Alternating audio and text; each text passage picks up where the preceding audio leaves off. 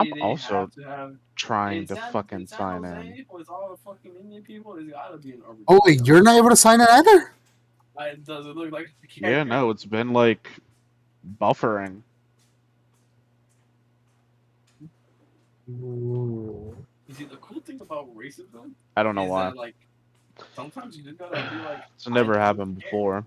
and then you can make Wait, even more has the racist actual Wait, like Josh, 1 out of 5 guys. I want to say app, but basically has the actual like You know, it's all a mindset. If you application just do What the fuck would you Website? get five guys? That's a scam. Hold on, all of you are talking at once. care, and then man, you're just a simple-minded. One at a time, please. Yeah, go all the Well, way. I wouldn't know, Cat. I open it on Google Chrome. I opened it on the thingamabobber made me download. Is it, or is it just me thinking outside the box? Like it's the actual application. Maybe you're the crazy one. You're not thinking this way. I open it through browser. Yeah, huh, man. Let's see. Because I've tried multiple browsers, and for me, the one that's most effective is Google Chrome. That one loads the fastest for me and has the highest frame rate. It don't work that way, Bucko. You know what? Fair. Nah. Actually, now that I remember, when you And granted, that's also considered. Go ahead. when you like put me as like a You jam were phone an unit so I inch could adjust the thingy for on your Ari. life, man. Yeah, it was like lagging Not a little happy bit, so because you you know weren't what? I taking get them to it. I Disney. get it. I'm pretty sure they Fuck. asked. You just don't want to believe that they did. Just close the tab, open it again, and try. Otherwise, I guess I'm sharing the screen. Okay. Screen share. Hey. Try something here. Like, hey, man, I know we haven't always been close, but I got 2 tickets to Disney. Not sure if you want to go to the Star Wars ride with me. Oh, mine's still loading, but I'll be right back. All right. You're right. I really don't want to go to Disney. I don't know. I mean, I can. I definitely can. The opportunity opens itself. Yeah, whatever they fucking. What if I just am like, Okay, hey, man, that was meet weird. me there, Okay, 6 a.m. so Okay, I literally had to yeah, whatever, log go. out and re-log in. What the fuck? That was weird. Yeah, that's what happens to me sometimes. Bucko. It doesn't happen all that often, but it does happen to me. Alright, I am here. Perfect. Was it nice that he told a woman that no, you cannot pursue your educational prowess over me? Good God. Alright. The gang's all here. What a guy. Not as of yet. Spyro is both not at her computer and also not signed in. Because she's the one that sometimes, like, what's really weird about Spyro trying to hop on World Multiverse, like, there are some weekends where, like, the moment she presses link, oh yeah, I'm on. I'm good to go. Let's go. Then the other time, she's like, bruh, I can't sign in even after waiting for half an hour.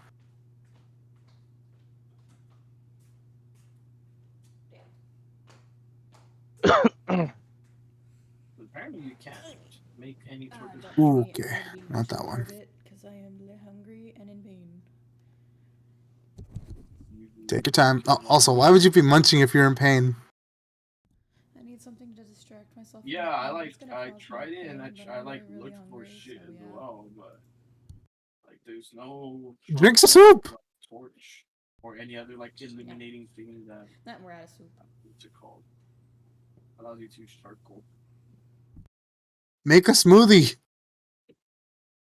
Too lazy. Brother! I'm too lazy to make a smoothie. Then you know what? Suffer. Suffer for your goddamn laziness. Literally not even choosing to help yourself. I couldn't find it. Maybe you have better luck with I am a little hungry. Yeah, and you're gonna hurt yourself. Once when I realized I couldn't like make anything, I like decided to kind of just get rid of Food is always worth it.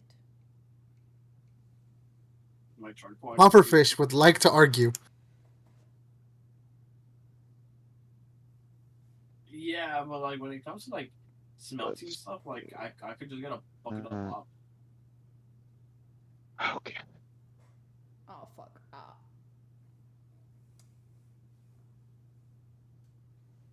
Question: have any long rests occurred yet? No. Okay. That is coming up very shortly, though. So, don't worry about it. That will come up very, very shortly. But as of right now, half of y'all are dead or dying, so don't worry about it too much.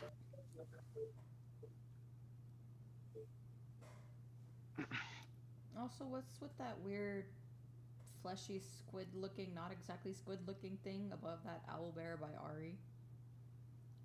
Don't worry about it. That is how the session's gonna start. And I swear, Kite, if you start making attack rolls preemptively, I cast Fireball. And I'm not even a wizard. you literally don't have the capability. I hate slimes. Just get so startled that they forget they're a barbarian and just fucking starts casting Fireball. Then you wouldn't be a wizard, you'd be a sorcerer. You're a wizard, Well. Ari. No, you're not. If you haven't studied but have magical power, and you don't have a magical sugar daddy, you're a sorcerer. Okay, what the fuck am I hearing? Welcome back. Bullshit. Ow, that hurt. Let me explain to Kat why Ari would be a sorcerer and not a wizard.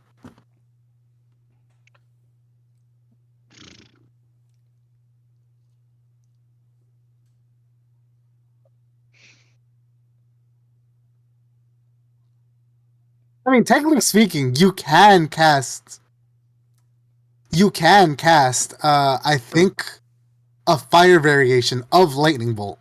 It's the closest thing you can do to casting Fireball. It just takes a Scarf. I was gonna say Scarf Bolt, but I think I called it to a Cinder. Ember. It takes a Scarf Cinder. I can just pull up your character sheet. And no, it's literally Firebolt. We reflavored Firebolt to Lightning Bolt, remember? Now No, I know, but remember, like, because the closest thing to a third level AoE attack that you have with Fireball is Lightning Bolt. However, because of Ari's flame variation on all those spells, you can cast Fire Lightning Bolt. Remember using one of your embers? Can I use all 3 embers and just make a big giant fireball? No. Your embers do not allow you upcasting. Damn.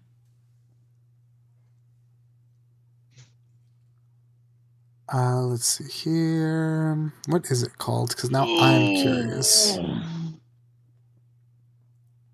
Josh, I don't need to hear the aftermath of your Chipotle. I was stretching, you dickhead. What is Chipotle? Yeah, it's called Cinder. Though, Embers does also sound pretty good. What do you prefer, Kat? I mean, we already have a Cinder on the team. It would be a little confusing, but then confusion causes chaos. I gotta think on this. No. Did you die? Also, that's Cinder with a Y. This is Cinder with an I. Yeah, but it's still pronounced the same. Only bitches No, die. there's Cinder, and then there's Cinder. I'll proceed to die till it's obvious. Bitch.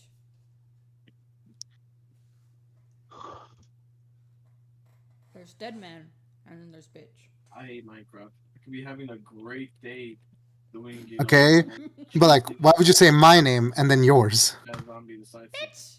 to come around and just like kill my mood. Should have said nickname. I hate that shit. Nope, you're forever Dead Man. Well, you say as if you haven't been calling me that since the Destiny 1 days. Since the first Iron Banana. I'm okay. Legitimately, I forgot what Iron Gross. Banner was called. I don't want to hear it. It probably is. Wait, what? He's saying, why don't you talk about his Iron Banana? That is literally not what I said. Jesus. Ow. No, but Kat, because of what you keep calling Iron Banner, I legitimately forgot what Iron Banner's name was for a second there. It's Iron Banana with Lord Banana. Iron Banner.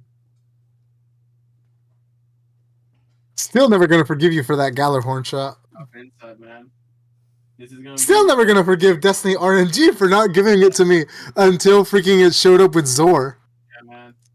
And the worst part is it happened to both me and Marwin. She's sick. So I can't see her. You mean Zur?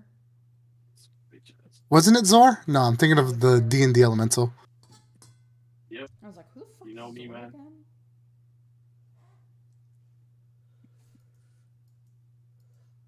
Pretty much so. Now I'm sad. It's, dark days. Why? A little, Because Commander's a little, Zavala but is you know it's gone. okay. Gotta keep a sane Yep. mind. You made me sad, how dare you? No, You're the one that thought about it. You made me sad by reminding me about it.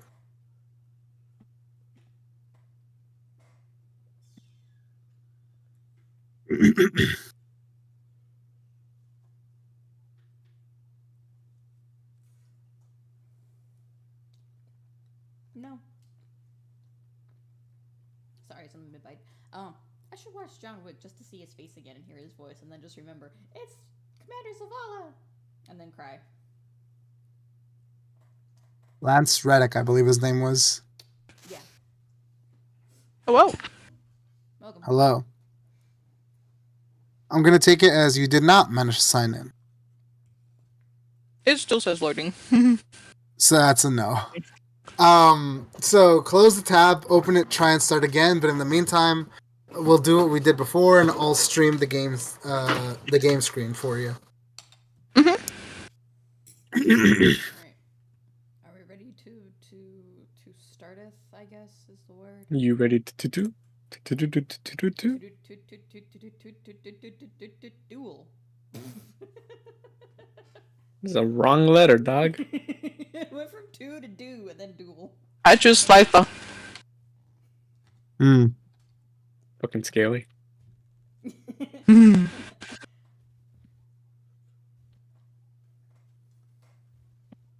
To play it, not fuck it, just saying.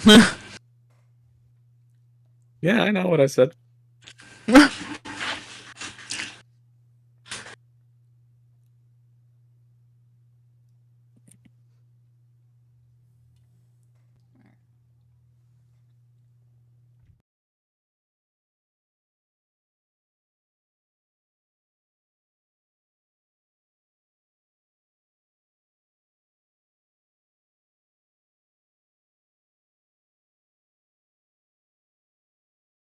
Alright. Well, I'll be sharing my screen to Speedroll. Speed roll. Yes, that is what I call Isn't her in that like a text. fucking? Isn't that the fucking thing that they do in Monopoly? Speedroll? Nah, shit's called the speed die. My bad.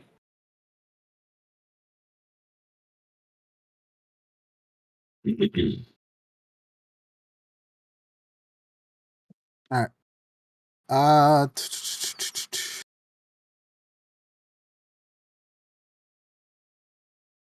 It's been a while. I hate how I always get so nervous at the start of these every time.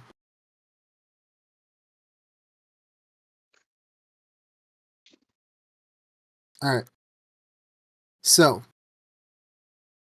everyone here, good to go? Ready? More or less? Kinda. You're just watching through the stream, right, Spyro?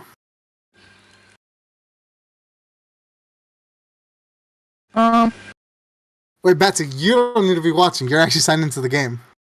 I know. I was just curious. Okay. I gotta leave and come back. God damn, you got so many fucking tabs open, man. Oh man. Shh, it's not. It's a DM. He's just doing the diddle Just true. over. That still doesn't change my statement. Oh, this is all D&D tabs. That's a lot of fucking tabs, man. God damn. Yes, it is. Now stop watching. Who died? Spyro, no! Yeah. She's back! She said she's coming back on her PC. Oh. Wow. My bad, I didn't hear that. Batsy, stop watching. You'll see things you're not supposed to see. I'm not watching anymore, Necro. He's gonna show I you. can porn, literally dude. see that you're still there. Hang on. He's Um, gonna what? I gotta go there. I'm not watching. I Oh, it was stopped watching Spiral 'cause then. the Never link that you mind. sent let me in. What girl Oh, did you okay. get? I thought you deleted. Well, goddamn, of course. Now it lets you in when I teleport to the wrong place. All right, hold on. Bring it Spiral closer. Are you logged in, man? Well, Uh, open it up and see what girls you have, man. Want to see Alright. what girls you have? Like, oh, okay, I thought you were like gonna go on. You follow this. What the fuck So, is that? Spyro. I was about to ask something. Oh, sorry. Was that me? It's some super high pitched squeaking noise. Maybe. Yeah. I was drinking water. Could have been the bottle. Yeah. I was Damn, Spiral, what the fuck? What kind of Sorry. fucking bottle are you drinking from? Just a regular. I have never heard any bottle in my life that sounded that loud. It sounded like you were Yeah, crushing same. cat. I thought it was muted. You guys are weird. Sounded like somebody kicked the gerbil. How the fuck am I That's why. weird? That's why I said it sounded like someone was crushing cat. Mitch, I wasn't being crushed. The kitty. Cobblestone? I really don't carry cobblestone. Alright, so, I'm like, Spyro, because your character wasn't in the physical scene at this point, I want to hear your opinion on what happened. Was Cinder just taking a nap in bed when whatever went down last session went down, or was she in a different place and just walked through the door as things started or ended right now? where you at Sleep. right now? Sleep sounds good. I was sleeping on my horde. Just caressing it. All right, Ho ho ho. okay. Because I'm a weirdo. Can I be next? Oh, you're always welcome to join. Yay. Oh, please no. Like a little kitty cat. Just patting your head. Sure, I'll take it. Or would you like a deep spoon? Well, I mean, like now, Oh, Cat's okay. character is a big, buff, grown man, so consider that. What? Oh yeah. He's no longer. Oh, right. She's no longer Character swap. Ellie. Oh my god. I gotta switch it up on you guys. Which staircase? All right. Bros, multiple- Anyways, alright, so There are multiple staircases. everyone's good to go, right? I see you. So, to start with, for those who didn't know what went down there, the other characters will fill you in, probably, eventually. Otherwise, primarily for Ari, Adavia, and Trevor, the ones who were in the midst of the combat, the somnophilic effects of whatever energy was slowly radiating off of Peria fades, as though having been chased off by what you could have sworn was the sound of thunder. As you shake off the weight of sleep that still hangs heavy over your eyes, you manage to rise to your feet as you take note of your surroundings, and you notice that everyone else present seems to have begun to wake up, with a bit of stirring and confused murmurs. The normal atmosphere, fire jolt, seems to slowly return, those around you not understanding what had just happened, as they have not been awake to realize it. Even the other members of the party that had been asleep, Aurelia and Cinder, seem to wake up, though in a bit more of a cold sweat than the others, as though they had been plagued by some strange and foreboding dreams. With looking around, those who had been awake feel a bit more relief, as whatever that situation was has ended. And then their attentions turn to look for Peria, the seeming cause of all that chaos and madness. But try as you might, no matter where you look, you can't seem to find her.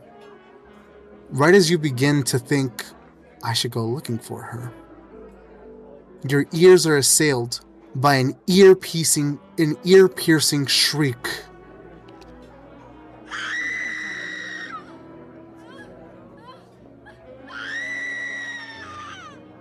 followed by a distressed woman yelling, "What? What is that? What is that?" As things become very quiet, very quickly again. Who chooses to do what? Hold on, let's see, how do I ping? Yeah, that seems to be the sound of the location. Damn it, Deadman. I guess I'd be curious and go and investigate. Alright, so Who the fuck is Marvin? you. So, What is that? that will be answered. So, even those that were sleeping, or if they weren't already awake for the somnophilic effects ending, they were more than certainly woken up by the sounds of screams. So, does anyone else choose to come closer? I will. Alright, well, like I said, ping. Oh, also, by the way, I never knew how pings worked, but apparently if you left click on the ping, it'll actually focus your camera on where the ping is centered. So, Kat, if I had known that before, all your pings would have been a lot more useful before. Oh. My bad. No, it's in like, it's my fault, not yours. Also, did you ping because you can't move, or is that where you're headed? I'm just walking past it. Alright, he's like, ugh. Some bad taste in my mouth as he simply walks by. There's flesh on the floor. I might be interested. Alright. For those who chose to follow the noise, upon walking closer, you see this shivering, blonde-haired human being comforted by a silver-haired elf. The hackles on the baby snow owl bear seemingly raised as though in a defensive position to protect those two standing behind it. As you approach closer, the sight becomes more and more horrific as you see this amalgamation of flesh piled into itself, its appearance not betraying where the skin begins and the flesh of it ends. You look at it closer and it's this weird squelching noise that fills your ears, as though the creature's struggling to breathe, as though its very existence seems to be hurting it. Give me an investigation check from one person in the party. At advantage for whoever wants to make it. Alright, Who wants has to a do it? higher Investigation? I have a 12. Let's see what I have.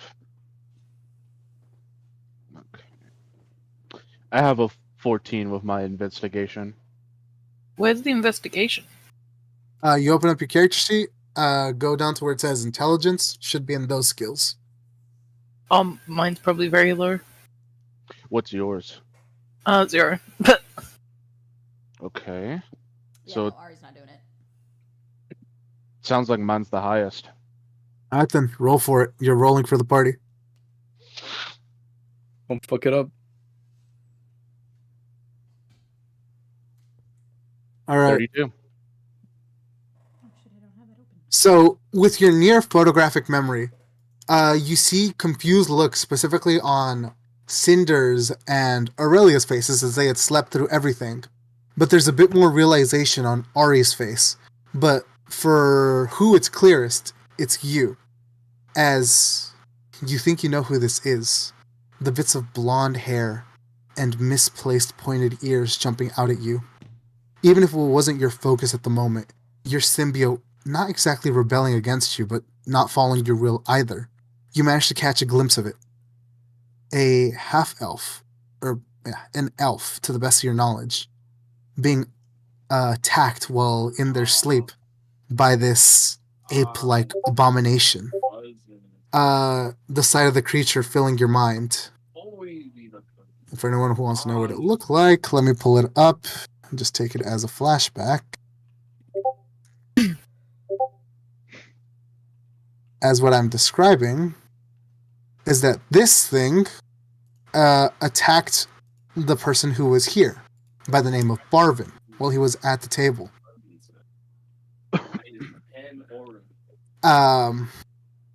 and everyone was asleep, so it was either up to the party to stop whatever was going on fast or protect people there.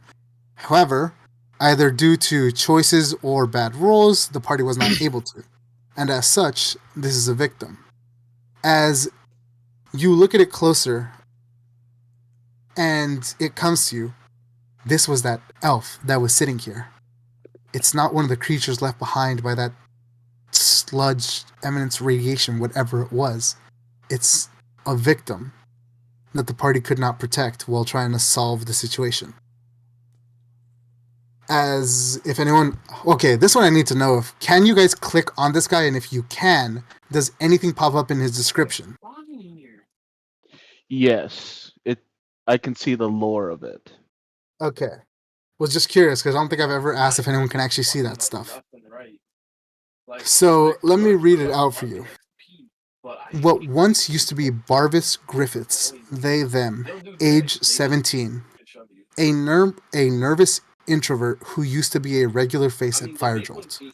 They were always slouching with their hands in their pockets, as they didn't like to be noticed, but had began to come into themselves as a person, finding friends and like-minded individuals to break out of their shell for. After being assaulted by the strange creature stemming from Peria, this is what remains, where rather than death, they now exist in this state between lucidity and a dream, likely the last mercy afforded to them by the universe, as they are now unable to realize what their situation is truly like, or at the very least, you would like to think so. And as that realization comes to you, Ari, Adavia, and Trevor realizing who this just might be, the lady who screamed, Bailey, is finally seeming to calm down a bit, as the creature, though horrific, doesn't seem to mean anyone any harm. The little baby owl bear, seemingly growing closer and not necessarily poking at it, but sniffing. As she sniffles, looking around, is, Where's Barvin? As she calls out, Barvin! Barvin! And then, she looks to you guys, specifically, saying, have you seen my friend, Barvin? He's about this tall. She says, estimated around 5'6". He's an elf. A bit young, even for their ages, but he's blonde. He was wearing a hoodie. I don't know where he is. As we were coming to, all we saw was that thing there on the floor, and now we can't find him. I was like... Question, with all that was described, through Trevor's investigation check being so high, would he have realized this is the person that she's looking for? You tell me. You have all the details. Is that a connection you draw or not? Fuck, man. I would like to think so, yeah. Then answer with that certainty. You tell me if you think your character has drawn that connection. It means I kind of do, but now I feel like I'm abandoning them. Especially since they're saying oh my god, you're my angel. I hate it when people say that shit. Bro, shut the fuck up. No, I ain't. It's the job. And say that he's probably Barvin might be. I kind of do that, but it's alright. He might have tried to go find some more help. Maybe tried to find the odor of this place to help handle what had occurred. I'm sure you'll find it soon enough.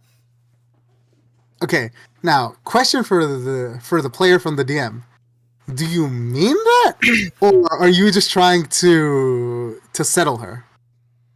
Ari obviously doesn't mean that. He's just trying to settle her nerves. All right, but to be completely honest, I don't have. She still grasps onto her elven friend as this scared, semi-crying look comes over her face. Is yeah, you're right. He was learning to be more assertive. He probably just wanted to help. as like she looks over at that thing on the ground and says, "What is that? It's disgusting." We're currently figuring that out. Why the fuck do they have India I'm sure careers? if you go get what's her name, Elaine, we can figure this out faster. Also, like I'm on the Gallagher website. All right. It's like global careers or India careers. So as you say that, it says, "Yeah, you're right. You're right. You're completely right. Oh Lord. He's probably with her. Come on, let's go, Beatrice." As like she grabs onto the hand of the other elf. Though when she turns her back, this other elf turns her eyes towards you, and she gives you a look, as if to say, "I don't want to know, but I think I know." However, rather than following, the owlbear, now having dropped its guard, seems to actually be circling around and smelling the pile of flesh, as though there's some familiarity. I don't know. I gotta check my. Before it can make any noises of any sort, Bailey, the character, just seems to hysterically shriek, "Monty! Get away from that thing!" I mean, to be fair, the owlbear seems to coo and purr as it actually rubs up against the thing. Almost as though there's a sense of familiarity, where until finally she grabs it, and though she can't exactly lift it, she does force it over a little bit. "Come on, get away from that thing," as the flesh mound seems to reach out a bit. One of its, well, it's not a tentacle, a pseudopod, almost seems to move towards the owlbear, before Bailey kicks the thing, nearly tripping over herself as she drags the owlbear away.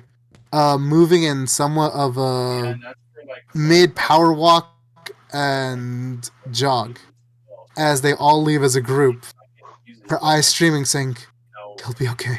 He'll be okay. He'll be okay," as they leave the scene. It's like I could probably like skip on by. That's the thing. It's just like every time like I'm talking to someone, they're always like, "Yeah, I know, like me too, like I don't really need it." But then like people Cinder, do you want to eat the body? Like switch out of like like the best coverage, like something always happens. And like, "You guys eat the bodies? Why would you do such a thing? Are we supposed to like either bury it or burn it? Like properly dispose of it?" I mean, look, you used to fighting. Have you ever wondered, like, hey, you just killed like people, and then you just kind of left the area, and then did you ever think about the bodies when you left? Huh? Did you? Yeah. Right. So. Yeah. Did you do anything about it? But did you do anything about it, or did you just leave them there and go? I either piled them up and burned them, or piled them up into the ground and buried them. Oh! You burned them. You burned them. But what good is that for the environment? How's that any better than eating them?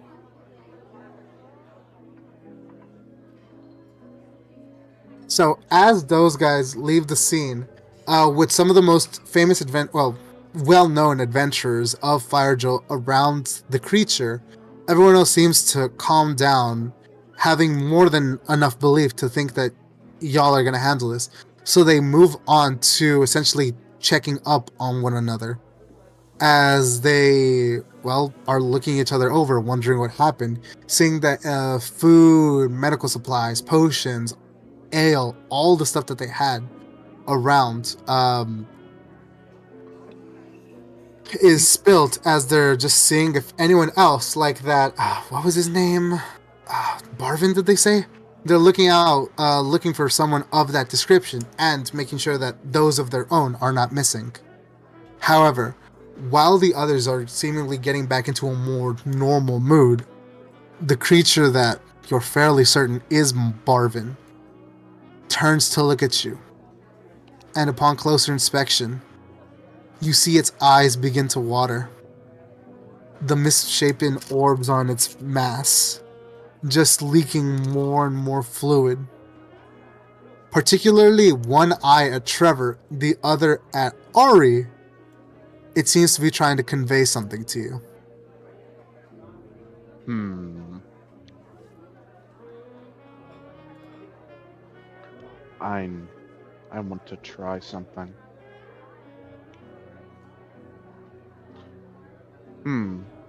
Would I have to make a perception check? Perception would not work here.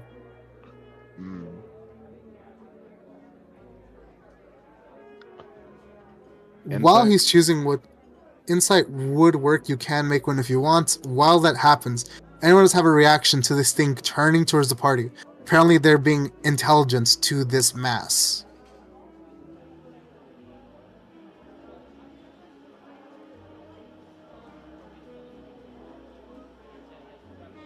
What? My character would just be in a little bit of shock, I suppose, and maybe take a step back. On realizing that this is a person? Yep. It's like, ugh, gross, kind of thing. But I wouldn't say anything. Just more of a facial expression. It's like, okay. Mm-hmm. It doesn't even seem to notice you taking a step back, focusing on these two. As Trevor attempts to interpret what the look in its eye is, and all you can feel from that sight is pain. It conveys to you such sadness and hopelessness in the eye that's turned towards you. You see it filled with this agony as its breaths become more labored, a wheezing, coughing, just cacophony of sound filling your ears as it breathes.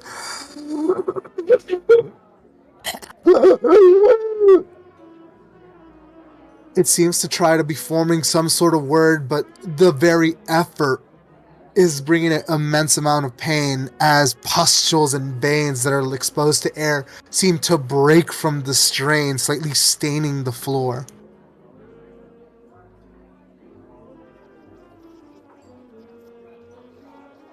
However, seeing as you're making the attempt to understand it, and it seems to believe that you might have the greatest understanding of its wishes right now, it crawls over to you and, well, basically begins to crawl up on your leg, almost akin to a really disgusting puppy. As its eyes peer closer to you, its breathing becoming more labored with the effort, yet looking upon you with expectation. Are you sure we shouldn't get Elaine?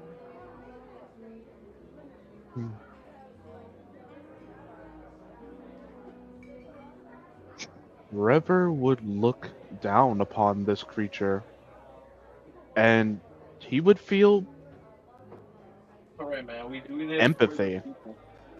He would feel bad for this creature, and he would say these words as he sighs. This is a worse fate than even death. Nobody deserves this.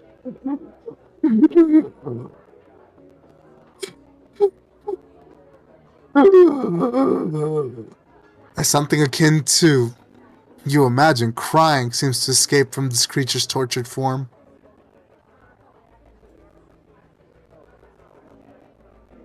You're the one they were looking for. You're Barvin, aren't you? Its eyes slowly blinks and opens again. The only way that it has to convey any sort of answer. The other patrons, seemingly being a bit disturbed by the breathing, almost seem as though they want to come in and ask what's going on. Maybe even some having realized the situation. But instead they notice of the creature and distance themselves, not knowing if it's their place to witness what may be happening.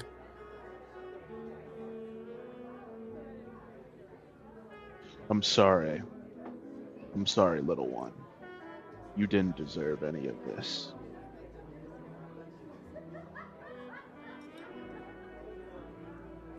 As you say that, almost in the background, you can hear the Beatrice lady, Bailey, screaming out just far enough where you can barely hear her over the rest of the noise being made by the place. Barman! Barman! As the creature's breathing becomes more ragged and pained.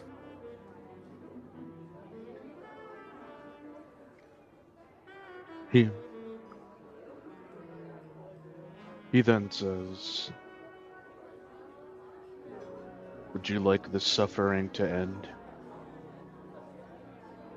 Again, in the same manner as before, its eye opens and closes for you slowly.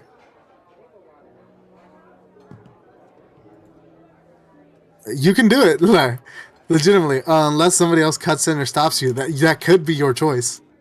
Could I have Trevor stop him?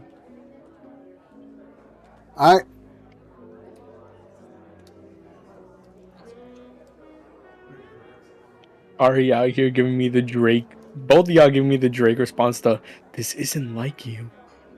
Oh no, he doesn't know anything about you, but he's just gonna be like, no. No, she's hitting the verb. Not yet.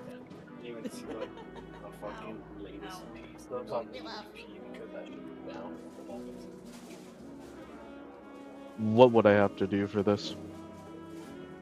Kill it. You tell me. Like, what would I have to do to stop him? Like, would I have to make any... Oh, like, to stop Uli? Yes. It's not bad. Well, as of right now, Ari's putting their arm out to stop them. But if you want to do the same, just say what it is you do to stop him. And now, that will stop him unless Uli says, "Nah, I'm stomping this thing." Then it comes to contested rolls. Uli, do you want to do a contested roll or nah? I mean, what roar are we contesting? Well, okay, so like I said, if these two are trying to stop you, and like you just say, "Okay, yeah, I get stopped," then there's no roll need to be made. But if you really want Aurelia to stomp this thing out, then it'd probably be, I don't know, your athletics versus somebody's acrobatics versus somebody's athletics to see whether or not you can get past them. Able and ready to like move out soon, so that's like. So, like, do you really want to do this? That probably might not happen. Like, Well, why are you saying it like that? I'm just asking. I'm not trying to imply anything. I'll roll athletics. Okay, guess he really wants to stop it down. Alright then, higher roll for whoever gets it. Ooh. Okay. Oh, well, it looks like fucking what's his face bitch slaps me first. So, as Aurelia seems to be grossed out by this thing's very existence, they raise armored boot to stomp it, while Ari steps in and puts his ass in a full Nelson, as Trevor seems to get low to the ground as if ready to intercept the stomp. But having no need, as Ari just like legitimately stopped Aurelia right in his tracks. The difference in strength leaving no chance for opposition. And you know, if I do work at Gallagher and Glendale, man, you know, the fact is they might actually have quality toilet paper to wipe my ass, and more than one stall. Like that's a thing, man. Hey, Kat, you sound a bit low. And like there's only. Yeah, Kat, why are you in the back? Get closer. Sorry. Okay. No, get closer. I gotta turn. I want to hear you right up in my ears, bro. Closer. Oh my god. I gotta turn this into ASMR to be heard, apparently. That's not what we meant. Alright, well, Aurelia got stopped. Trevor, what do you do as you had been taking a stance to defend the creature, but seemingly someone beat you to the punch? Almost literally. So, I guess I'll speak up about this. What are you doing? Are you trying to cause a scene here? This ain't it. It's obviously in suffering. Look at the thing. It is quite literally foaming at the mouth. It is drooling into its own eye. The eye is pink. Is no one going to take into consideration that we should probably get Elaine over here to maybe fix him up before we decide to, you know, certain extent, it really is about like. For all we know, the hag does things like this normally. But on the other hand, like She wouldn't go that far. Oh yeah. You sure? I'm positive. How about we call her? Can we just like call Elaine over here? I have a Get better that settled idea. first? Ari, you go call her. How about that? If I leave, I'm pretty sure you're going to convince the other one to try to eat this thing before I get back. And poor. She was already Can we? disgusted. Why would she want to do it? Just go. Then how about I leave and you make sure that doesn't happen? Do you know where Elaine is? Yes. Okay. Good luck.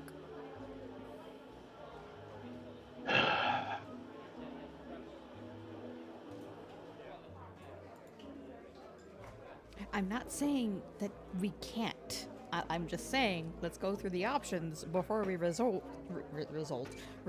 to the final tactic. I know. Oh no, I was explaining this to Aurelia. Ah. Like, it's either put the thing out of suffering, or go do something about it. I'm doing one of those two. It doesn't seem like anybody else is doing any of that right now, right? You're all standing around. Find Elaine and bring her here. Then go. Then go. You know what? You go find her. You seem to hate her so much. I'm not touching that hag. You don't have to touch her. You just have to tell her what's up, and then she'll probably just show up. Being in their presence is like touching them. It's disgusting. I'm not doing that.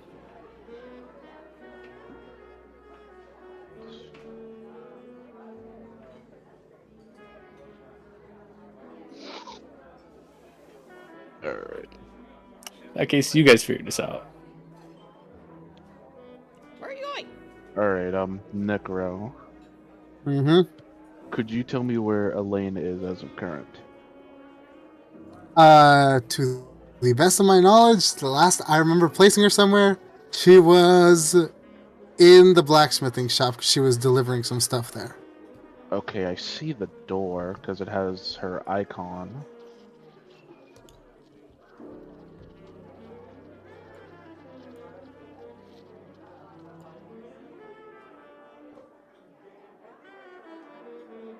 I don't know how to pronounce the first one, but it says like Forging Claw. Rakshasa, you just have to press T, and you can teleport through the door. Okay. And upon stepping through the door, you feel this intensely powerful, sweltering heat as the smell of several different metals, some familiar to you like copper and iron, fill your nose, while there's this like earthy mix with it as well, as you hear the sounds of clanging and magic and a roaring fire that seems to be growing stronger and stronger, as between the three NPCs they're having a conversation of, you only catch the last few words of it, but a final shipment, new materials, and refiring up the forges. Upon the little ding ding ding happening when you step through the door, all three of them turn to look at you. And Elaine was the first to walk up, almost as though she was going to go for a cheerful hello. But then she sees the somber expression on your face as she asks, "Trevor, is everything alright?"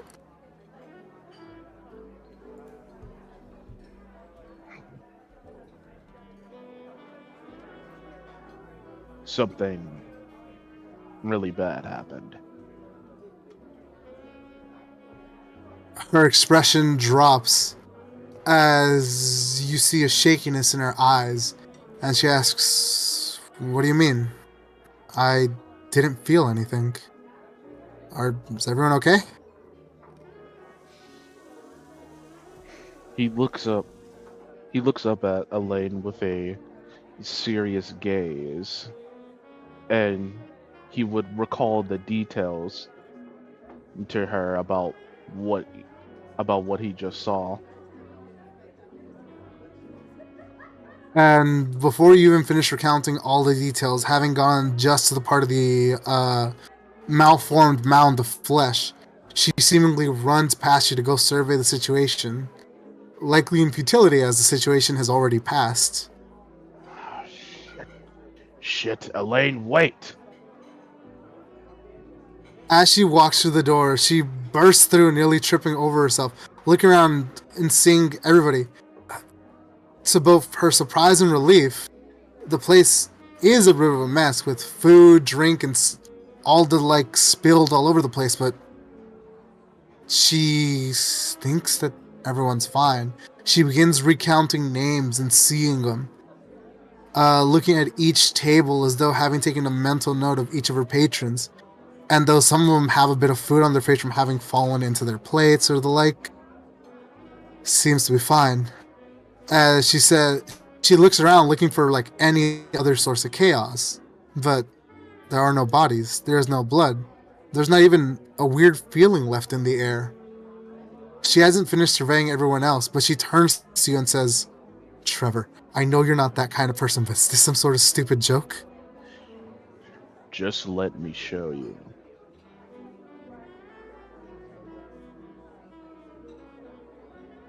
She walks by, following your lead, and she seems to be still taking inventory of everyone else. And she stops, and she sees at the table where there was supposed to be, what I call the owl bear? I don't remember. I'm gonna call Snowy for now. Bailey, Beatrice, and Barvin.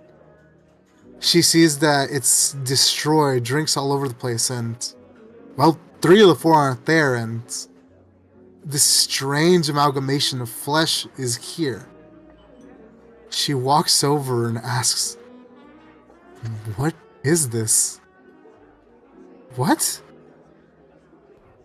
As she looks at it, and it seems to be some incomprehensible thing, even with her sight.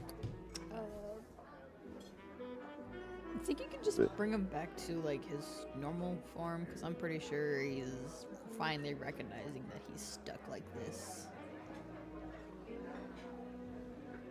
She kneels down to look at the creature, a bit apprehensive to get any closer, as it actually moves over to her, seemingly seeking her help now that there is a bit of hope. Its breathing is once again agitated as it goes.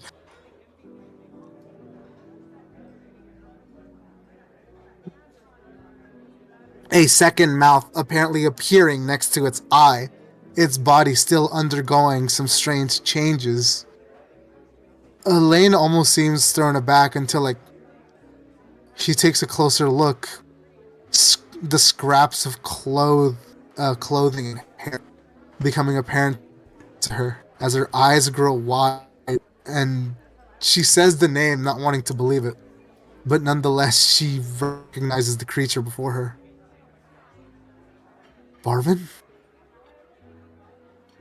Oh my gods, Barvin, is that you?" The creature slowly opens its eye wide and shuts it once more, as though in acknowledgement of her statement. By the... What? Trevor, I know I didn't give you time to tell me everything that went down, but please explain the situation to me. As she looks over to Ari and says, "So, this is Barvin, right?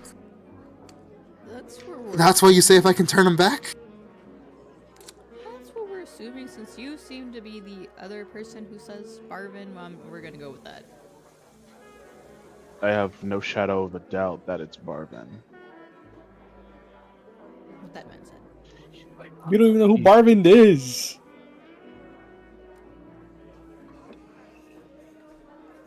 You telling that to Trevor? Yeah. Alright. Can we not say this? So...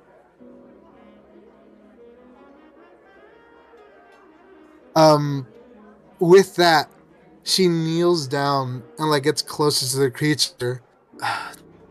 She seems to almost want to reach out and touch it in some form of comfort, but apparently even just the act of contact causes the creature to flinch away, its breathing becoming more ragged due to it. As she flinches back as though shocked by electricity, she says, I'm so sorry. I'm so sorry.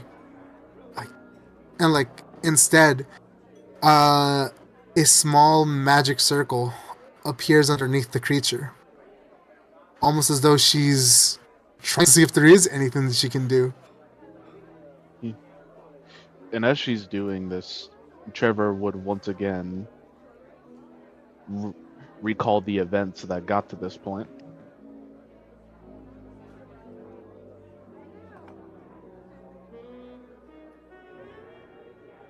With that, like, not only for the fact of like what's sitting here before her, but like an unbelievable situation that she's shocked she couldn't tell what was going on despite all that happening.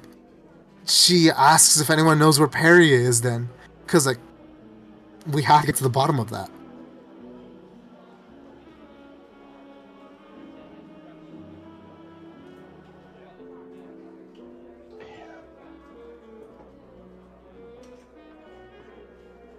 You said Perry, right? Yes. As like she's not even registering whether or not you asked for clarification on the name or clarification of who that is, as she begins to describe a half-elf woman about this tall, is like she like even crouched, just not much higher than she is. Long pink hair, wields a giant umbrella or mallet. Take your pick. Have you seen where she went? Where she is? Do they know where she went, or was it like too fast to tell?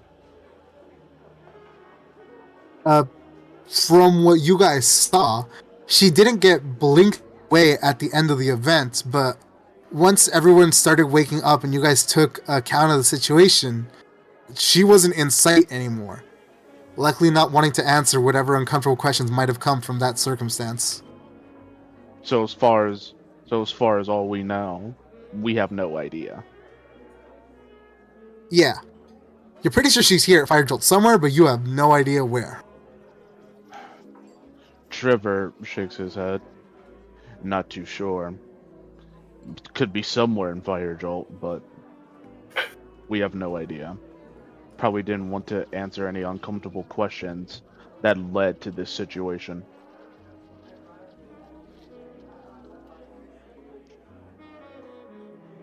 And with that, she stands back up, have the magic rune around the creature having disappeared.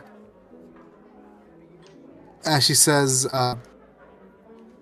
yeah. Well, let me know when you find her. As she looks down at Barvin. And she breathes deep. She bites her lip and grips her hands as she says, I don't know what this is. I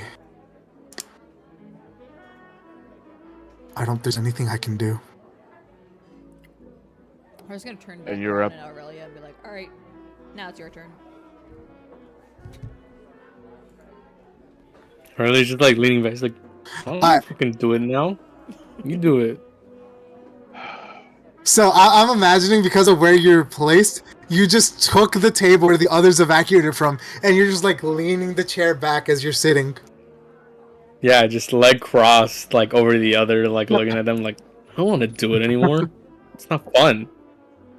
Alright, fine. Ari just like grabs his hammer, getting ready. Just make sure you aim for one of the eyes. I want to see it jump out. Is there a place we can do this so we don't traumatize people in Firejolt here? Everyone's already traumatized looking at this thing. Poor Barvin. A little more trauma's not gonna do anything. There's probably kids here. And the grown-ups should be covering their eyes. Damn it, can we do it somewhere else, Elaine? No, I don't think we can. Oh well, Elaine said we can't. Alright. Give me a moment, she says, ignoring the heckler in the background. Ari's just like already like halfway getting like his hammer ready to swing down. He's like got it over his shoulder, getting in a stance, right? Ari, if you swing it, I'll buy you a pint right now.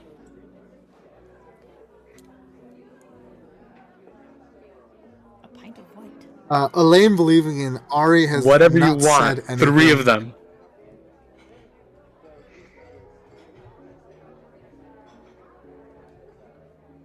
I don't care if each one costs like 1,000 gold. I'll buy you 3 pints right now. Swing it.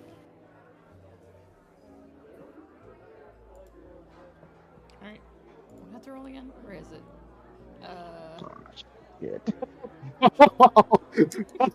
Oh, God. Alright, well, while Elaine is conjuring a new location, you guys can decide if you let that play out or not. I'm gonna interfere.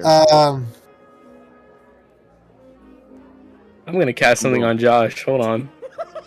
Make sure he doesn't interfere. That's up to you guys. Ari's gonna look at Elaine like, sorry, but the faster we get this done, the faster we can continue on. Swing, bada, bada, bada, swing! Oh goodness, as long as it's quick. Well, of course, it's gonna be quick. It has to be one hit. It's gonna be extremely quick. It's just gonna be like that. Oh no, he teleported us. Bullshit. We didn't even get to have fun. Literally, you still can. It's like it was supposed to be in front of everyone. Literally, that's what she was preparing for. It was supposed to be in front of everyone. We were about to do that. You guys literally had 2 minutes while I was figuring out what map I wanted. Okay. Right now we were saying that we were going to act upon it. And I said, I looked at Elaine saying, sorry, we're gonna get this done fast, like the quicker the better. And he was already getting ready to, he was swinging down. So unless, she teleported us right before. No, because he said, I'm gonna let this play out.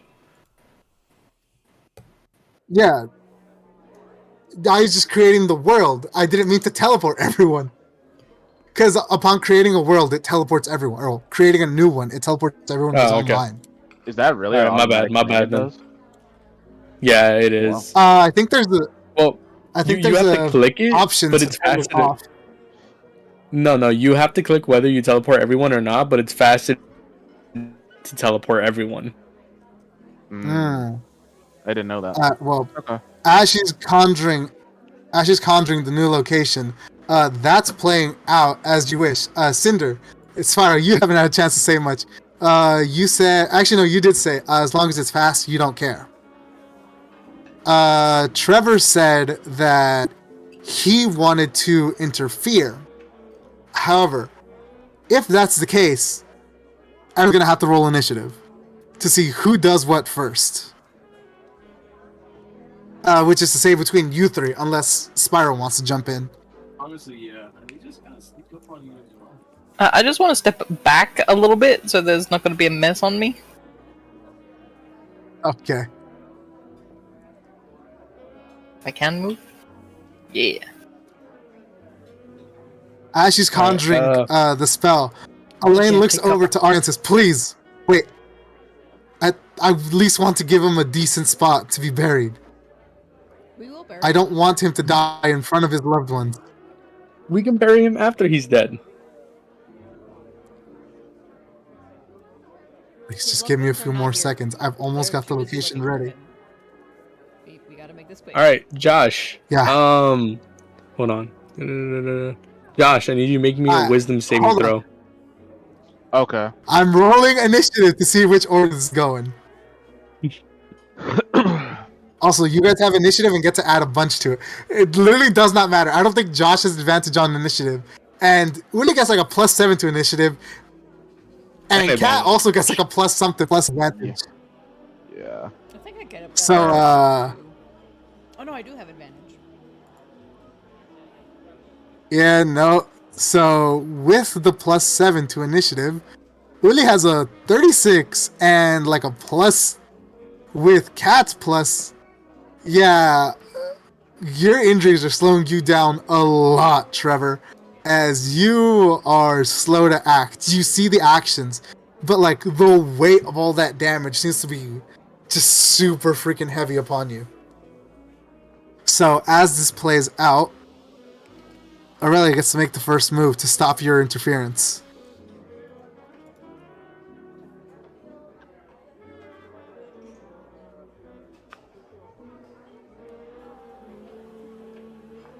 All right. Well, I mean, we all said we were within the action that Ari was swinging, and then Josh was gonna stop them. So, I need Josh to make me a wisdom saving throw because I'm gonna cast Temporal Shunt, and he failed. So, wait, I didn't make a saving throw yet. Oh no, that was the initiative. All right, go ahead. Go ahead. All right, so remember, you still failed. Josh, you get a plus. Yeah, never mind. I was gonna say you get like a +2 or something, but yeah, no, that doesn't help. Oh no. Yeah, so you target the triggering creature, which would have been him stopping Ari, which must succeed on a wisdom saving throw or vanish, being thrown to another point in time, causing the attack to miss or the spell to be wasted. All right. So Josh is just gonna, and it says right here, the target reappears where it was or in the closest unoccupied space. The target doesn't remember you casting the spell or being affected by it. So essentially, he just skipped you forward 6 seconds into the future without you realizing it. Shit. So within those 6 seconds, Aurelia, you ending your turn there? Or are you doing something else? No, I'm ending my turn there. Ari's got 6 whole seconds to swing on that thing. And I do swing. Alright. As you raise your hammer, Elaine looks at you, the portal completed, and she pleads to you, Ari, please stop! Too late. The hammer was already swinging down. Ah, fuck. You got enough strength. Alright, if you pick it up again, that's gonna be straight up an act of aggression. Boon of Fate doesn't matter when she has a nat 1. A nat 1's automatic failure no matter what you roll. Hold on. I got something that allows rerolls.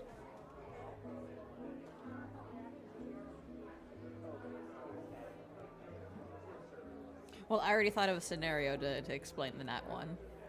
So if is this? I gotta make sure this works, but question. Yes. Damn, never mind. Will I be able to do anything since I failed my saving throw? Like, will I be able to do a reaction, or is that not possible? No, so technically speaking, you don't exist within this point in time. Until your turn comes around, you will not reappear within the time stream. Damn. Okay. He essentially plucked you out of the time stream for 6 seconds. Alright, so to explain the nat 1, is Ari was swinging down, but Elaine telling him to like stop/wait, he like moves it a little bit, missing him by like a centimeter or some shit.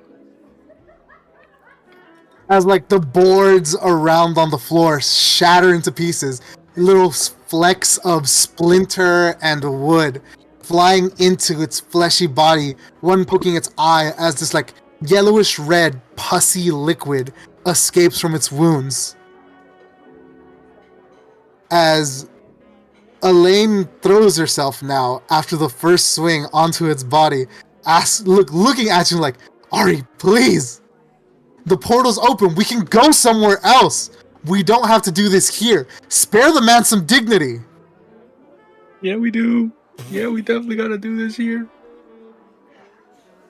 Alright, fine. I would love to do this here. Fine. Ari! Why? I still took a swing. I will claim those 3 pints at a later time. You're not getting those 3 pints if you don't swing again. Nope, you already said if I took a swing, it's already...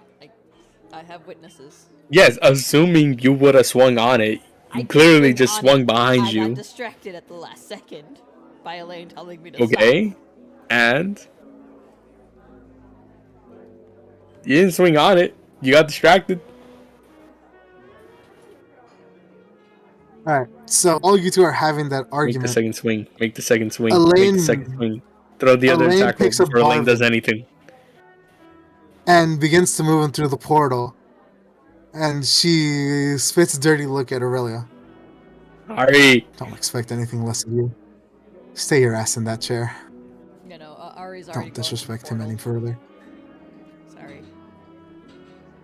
if it was Ellie would have definitely gone just like stab, stab, stab. But no, it's not Ellie anymore. I gotta remember, he is chaotic. I don't see a difference. You still swung on it in the first place. Yeah, no. Oh, hold on. I want to know what the neutral or the chaotic good is in there. Yeah, I wanna know why it's not any different than Ellie. You already swung on it. There would be no reason for you to not swing on it again. Okay. The dice gods literally said, "Stop." All right. Elaine, as she walks through carrying the creature, says, "If anyone of you actually want to pay your respects to this man, please." Go, just go. As she steps in. Oh. I will go in the portal.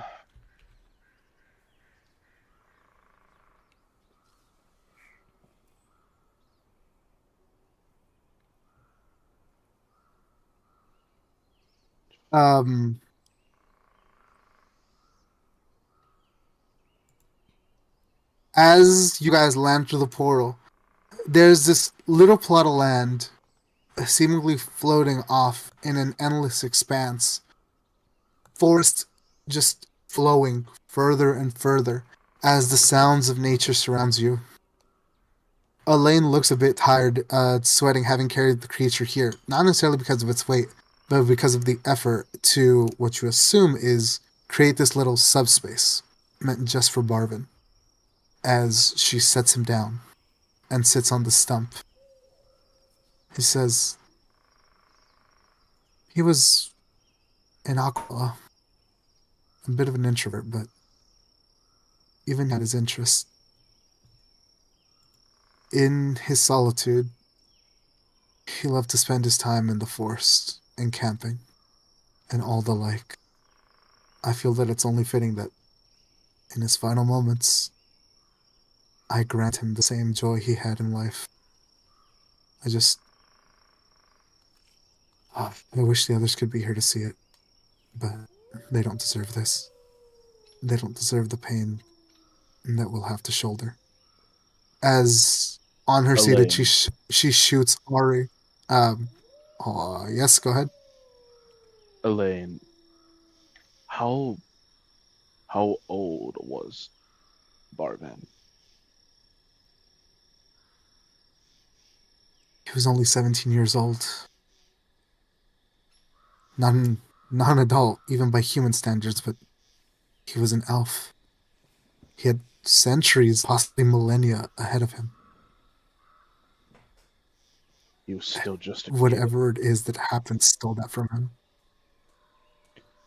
He was still just a kid. Less than that. As now Barvin's breathing seems to slow. You're not sure if it's because the pain lessened, because he gets calm, or whatever the situation is. It's just, he seems, well, not happy. I don't think it's possible to be happy in the state that he's in, but more content, more calm. As Elaine shoots Ari a dirty look. Ari, I expect better from you. I'm beginning to doubt if Ellie really made the right choice. Don't be getting influenced by that. She's gonna say something else. Is like, by Aurelia. No matter what they offer you, it's not worth selling your soul, your morals, whoever you might be.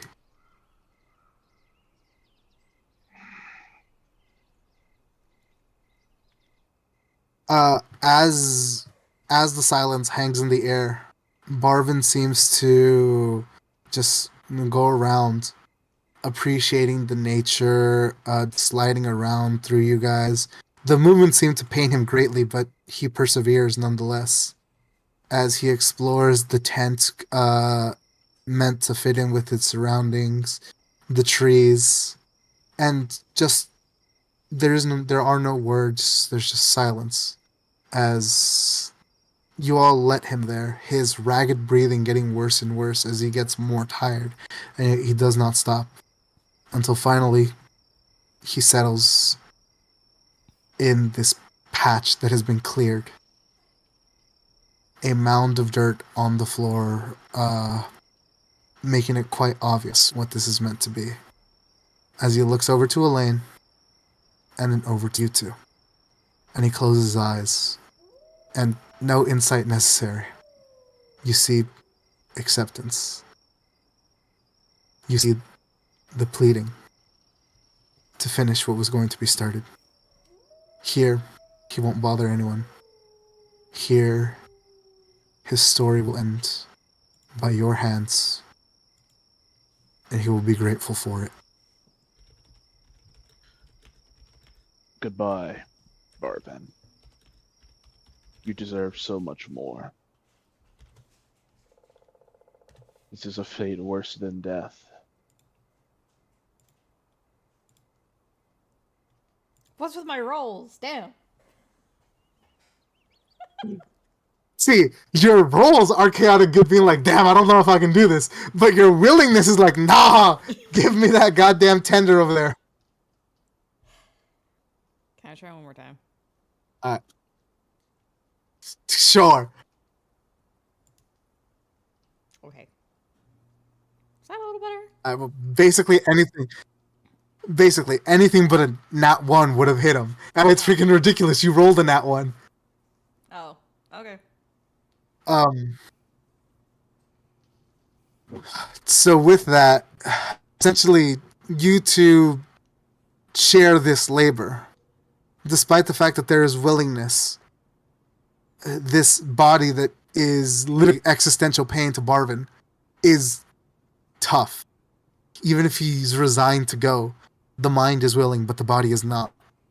As he doesn't go down in one strike, nor the second, nor the third. It's a combined effort between you two, but it has to be done. He's already in pain, even far worse than before from your attacks. But be it one punch, one kick, one axe swing, slowly but surely, his body seems to survive more and more as he looks less like a single corporeal creature and more like mulch and ground beef. And yet the breathing does not stop. It's ragged, it's tired, but it's still there. Elaine can't bear to watch, but she doesn't want to be a part of this. She knows she's not strong enough. This will be what takes her over the edge, so she leaves it to you. Who delivers the last hit? I will. Ari's already in the middle of delivering the hits. Could I try burning hands? All right. Sure. You pluck, what was it? A cinder?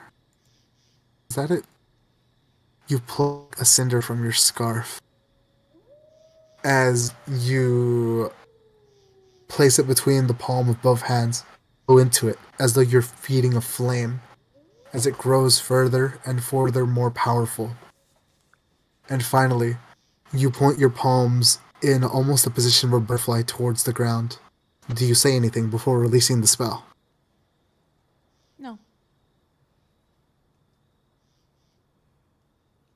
In your silence, the flame floats.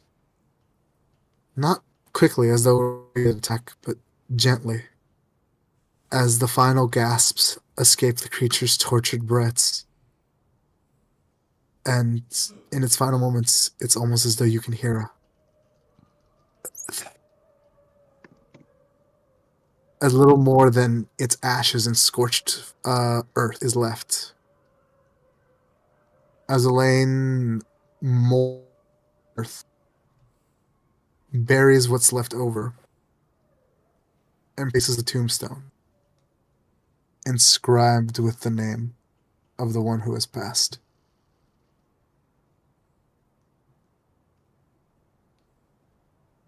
It just says, thank you.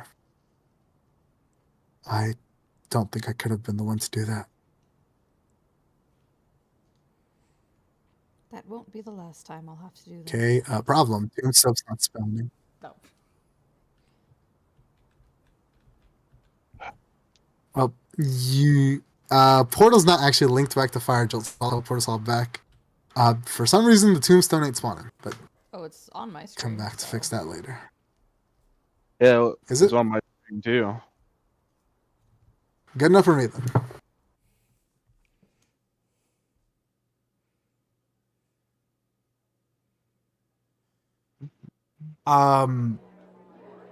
As everyone else is watching, they go back to this jarring amount of sound as they return to Fire Jolt. Ari being the first to step through, then Trevor, and then finally Elaine. As she closes the portal behind her, puts her hands together, and seemingly lets out a silent prayer. As she then says that she has to go handle some stuff, and leaves.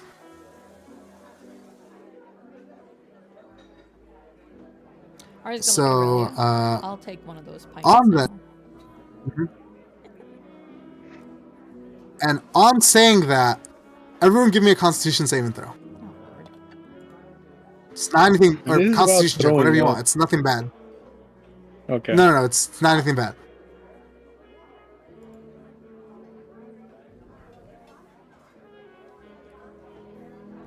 Spyro? Good. There we go. Do you know how to make the... Okay. Damn. Trevor, just waiting on one from you. Alright, so...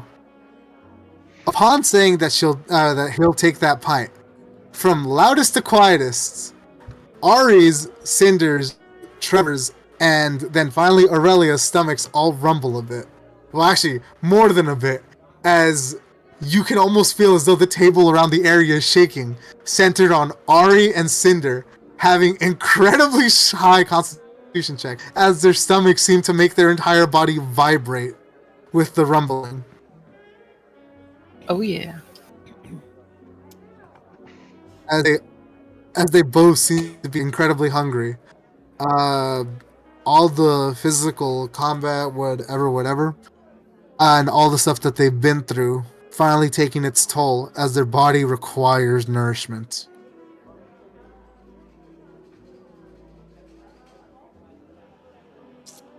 Yeah, so about that pint. I'll take it right now, thank you.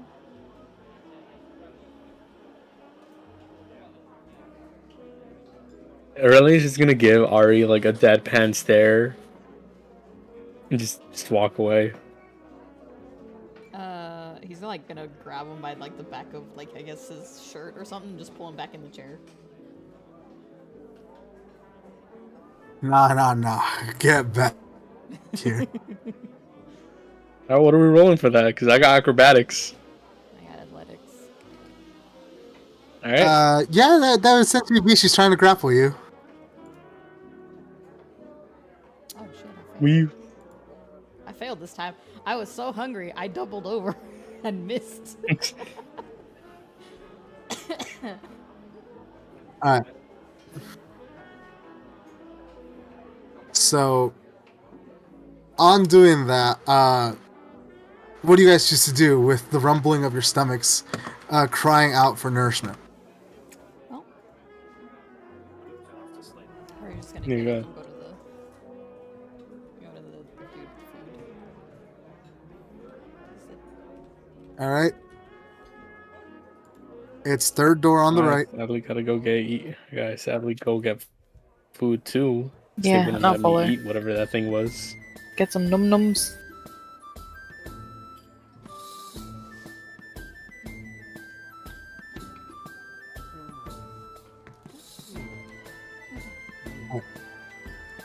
Give me uno segundo because my page crashed.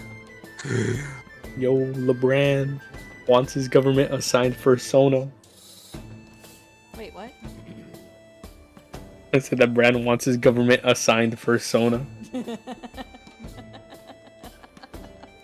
still gonna make it. What is he even gonna be then? He wants an owl.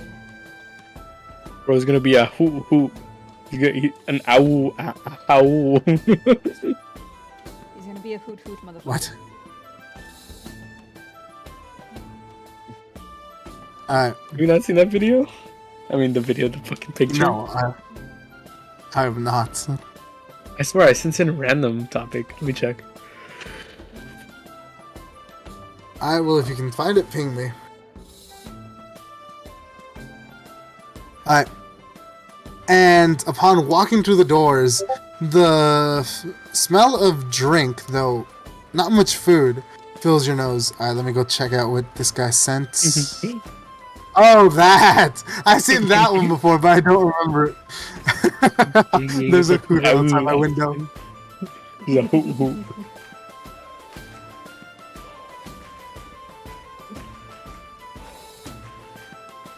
Alright.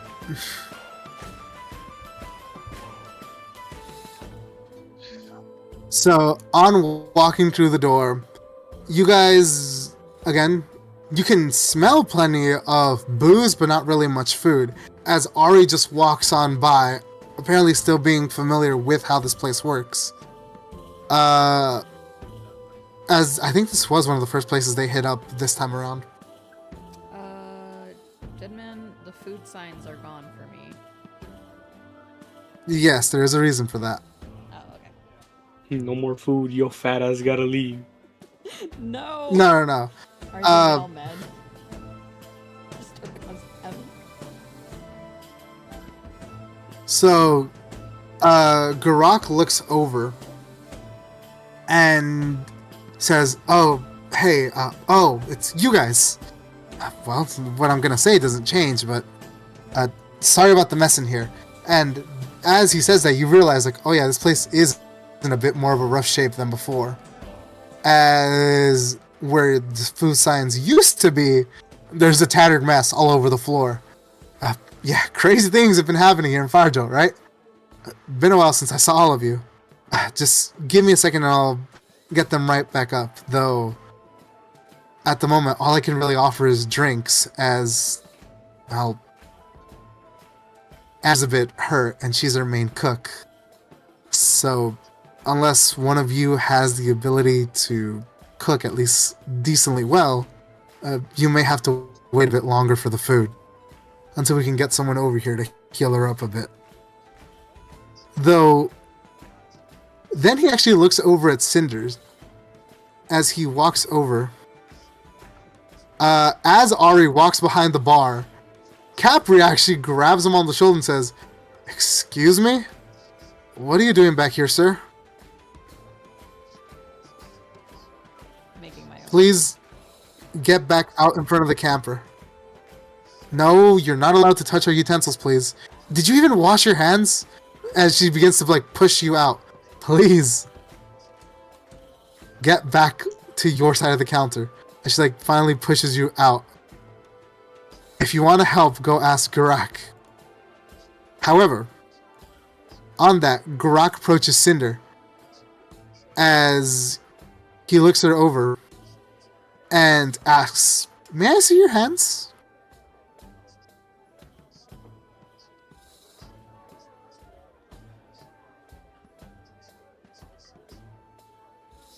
Spyro? I'm gonna call it for myself. I'll see y'all. Next Friday. Have a good See you later, Betsy. So is this about the number? Take care till then. Alrighty. Yes. He was asking if anybody knows how to cook, and then he took a closer look at you, and he asked to see your hands. Yes. Do you let him? Go. Yeah, so I just like let him look at my hands for whatever reason.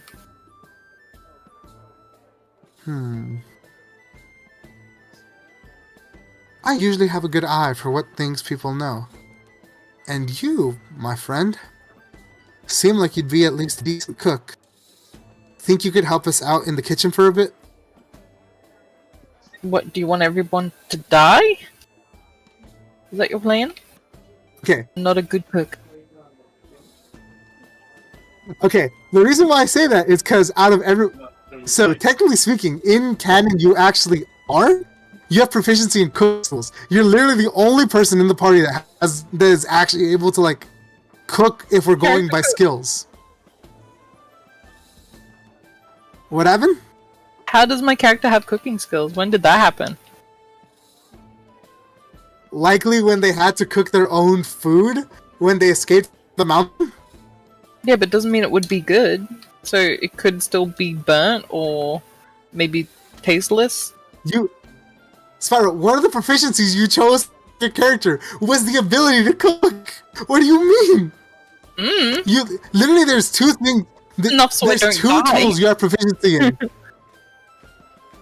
That's not what cooking utensils means. That means you're actually good enough to eat, like, and not die, like, and actually eat well. You literally have proficiency in making beer and cooking, or alcohol. I can make beer. You got what I mean?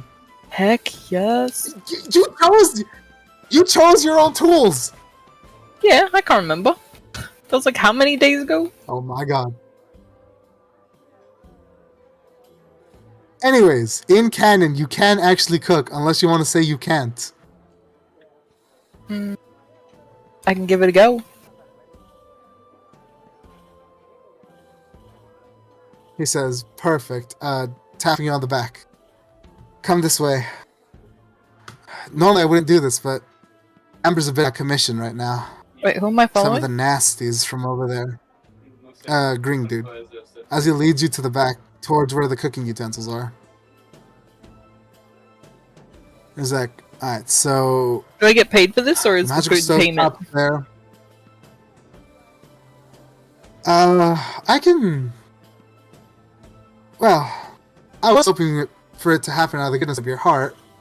Well, if me and my friends can eat for free, that's driver. good enough.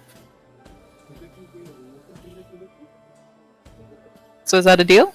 It seems as though he's not about to say something, but then he chooses to say something. As much as I would like to say yes, that'd be dishonest for me.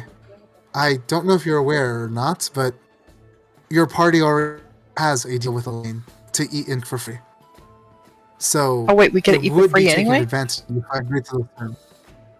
Yes, you guys can choose, like, if for specific times you guys get to eat and drink for free, which is why I said, so instead, as recompense, I offer a few potions of mine. I can guarantee their effectiveness. Yeah, deal. Alright, sounds good to so me. he takes you around the kitchen, he's just like pointing out the magical stove top, the tools, utensils. There's a hidden trap door underneath where you can just reach in to grab a mound of refrigerated ingredients, all that stuff. So instead, he says to the rest of the party, I actually have a couple of copies of the food signboards. We had been thinking into transitioning to them anyways, but here, you guys can have them. Sent it in Memes of D&D, you guys can choose your food in there.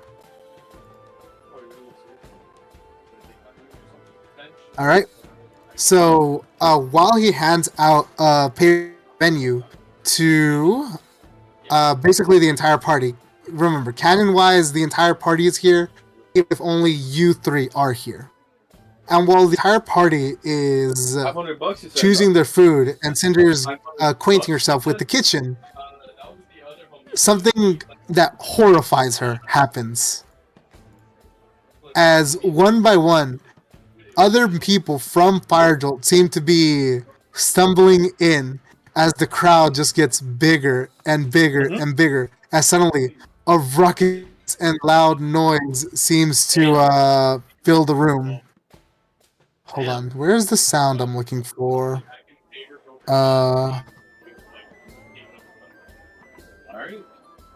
As more and more people seem to be chatting amongst themselves, wondering why they're suddenly so hungry.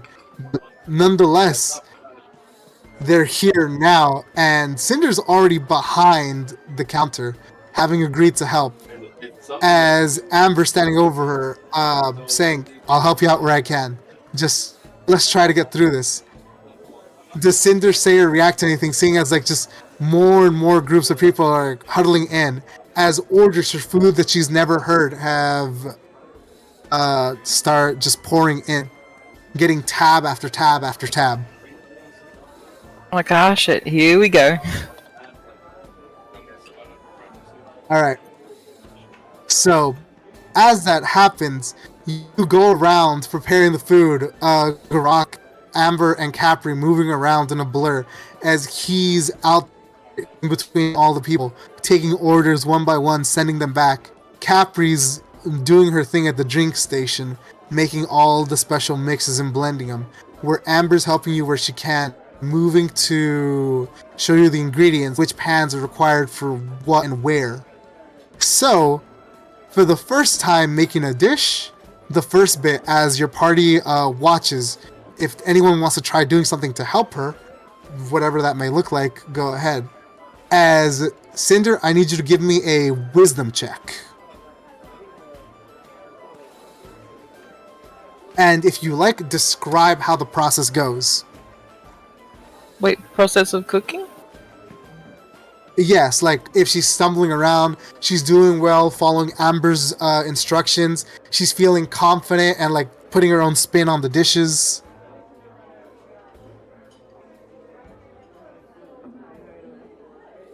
Alright. So, with that roll, how do you describe how this goes down, as the crowd only seems to get bigger and bigger? Oh, good lordy. I guess I'd kind of try and put on a show like Flourish putting the food on whatever and cooking and stuff and flipping this and that. I don't know how to cook, so yeah. So just all the fancy shit. It's fine. It's fantasy. So you basically become an improv hibachi chef. Exactly. As you roll out the magical stove in front of the people, drawing the attention of everyone there. Hold on, let me see if I can spawn a good enough stove for this.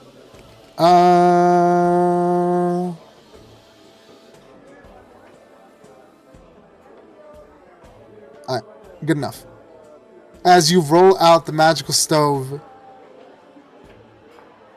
and place yourself in front of the people, as you're flipping around the pots and pans, cracking eggs, whisking stuff at the same time, transforming your body parts into their draconic counterparts to more easily chop and dice. And then finally it looks like you almost mess up, where in actuality you throw the ingredients into the air and use your Dragon Shifter mask to change your breath weapon from lightning to fire as you quickly flambe all the stuff in the air, catching it as it falls to plate the food up. As little by little you're clearing out the crowd, as seeing as there is not enough space in here, they take their food and begin to leave the restaurant, satisfying most of the orders. You're hearing names of food that you've never imagined. You're seeing ingredients that you would have never considered eating, even with your tendencies. And yet, for some reason, your hands are moving and flowing faster and faster. You realize you have a talent for this. Like, you never really cooked for survival, but like, yeah, your food was good, but you didn't think you'd be this good at it. Alright, so with that, you've cleared out a good chunk of the crowd. For like nearly an hour you've been cooking by yourself, as you're keeping up with professionals like Garak, Amber, and Capri. Are slinging out drinks as fast as you bring out the food, enhancing the showmanship of your cooking with it. As of now, you're in the final stretch, having cleared out most of the excess customers. Give me another wisdom saving throw. This time with advantage because you're in your groove. Okay, question. How do I do the advantage thing as well? You just roll it twice and you take the better result. So question. Does her party help out with clearing the customers, or are they just sitting back watching the show, still deciding on what they're going to eat?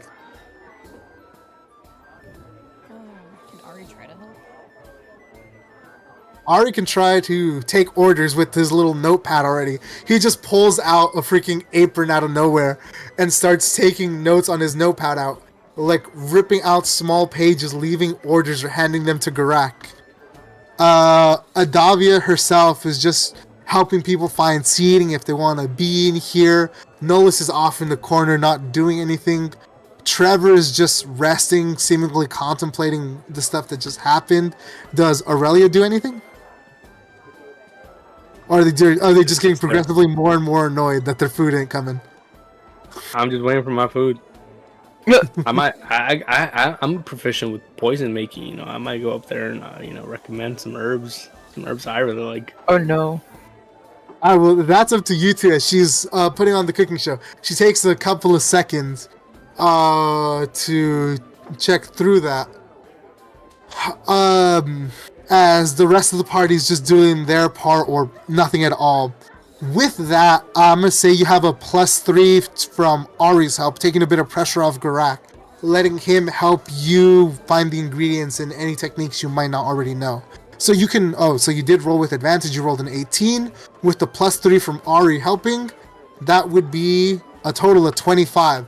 And like, even more so than before, with newfound confidence in your ability to create food, you're just becoming an animal at this. You're putting on even more of a show than before, juggling stuff with your hands, your tail, balancing bowls on your horns as you cook, prepare dish after dish after dish, as the crowd even seems to begin to cheer for you as you cook.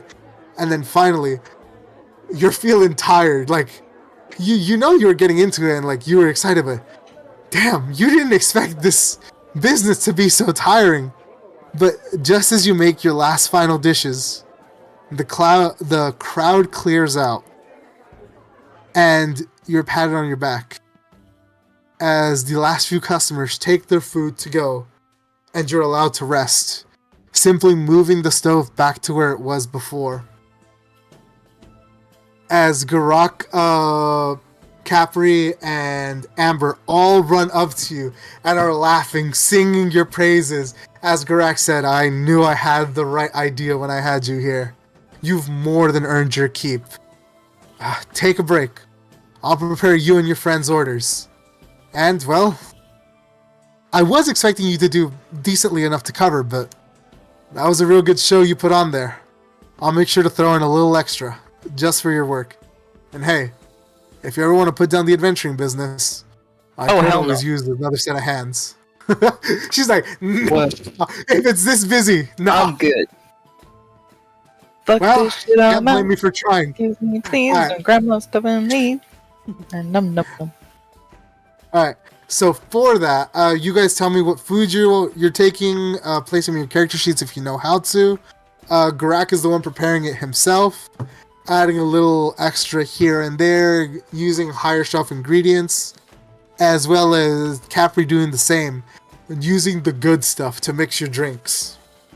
As like, for Cinder especially, like, she feels like this newfound sense of pride and understanding, like, considering uses for her powers that she didn't have before. Like, sure, she was just doing it for showmanship, but like, now that she thinks about it, she could probably use some of that stuff outside the kitchen.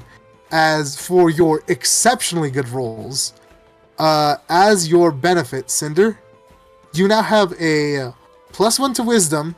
You're going to get some healing potions, and Garak's going to teach you a special drink blend of his own with unique effects. Plus, you now have expertise in your cooking tools. Oh, sweet. So now you can cook better if the need ever arises. Not that again. And your wisdom. Special. I mean, the potions you're going to get are going to be worth it. You'll decide if it's worth it, but... Alright, so with that, everybody's food is finally served. You guys can tell me what you got.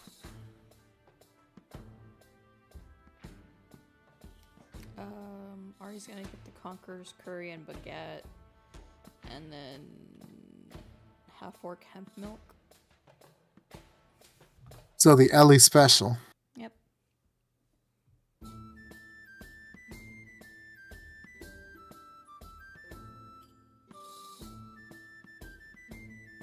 Alright, so this event shall henceforth be known as Panic on the Kitchen Floor.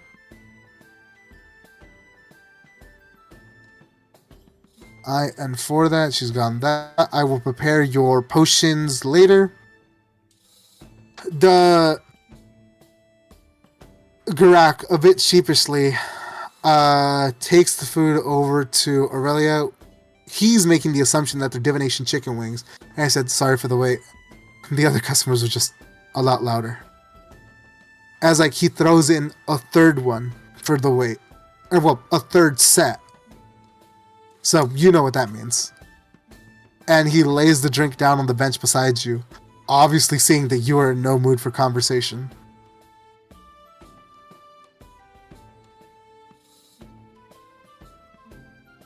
Alright, so with that, he, with the help of Amber and Capri, finishes your guys' food, dropping the curry in front of you, and the hemp milk, which seems to be in this wooden barrel-like cup.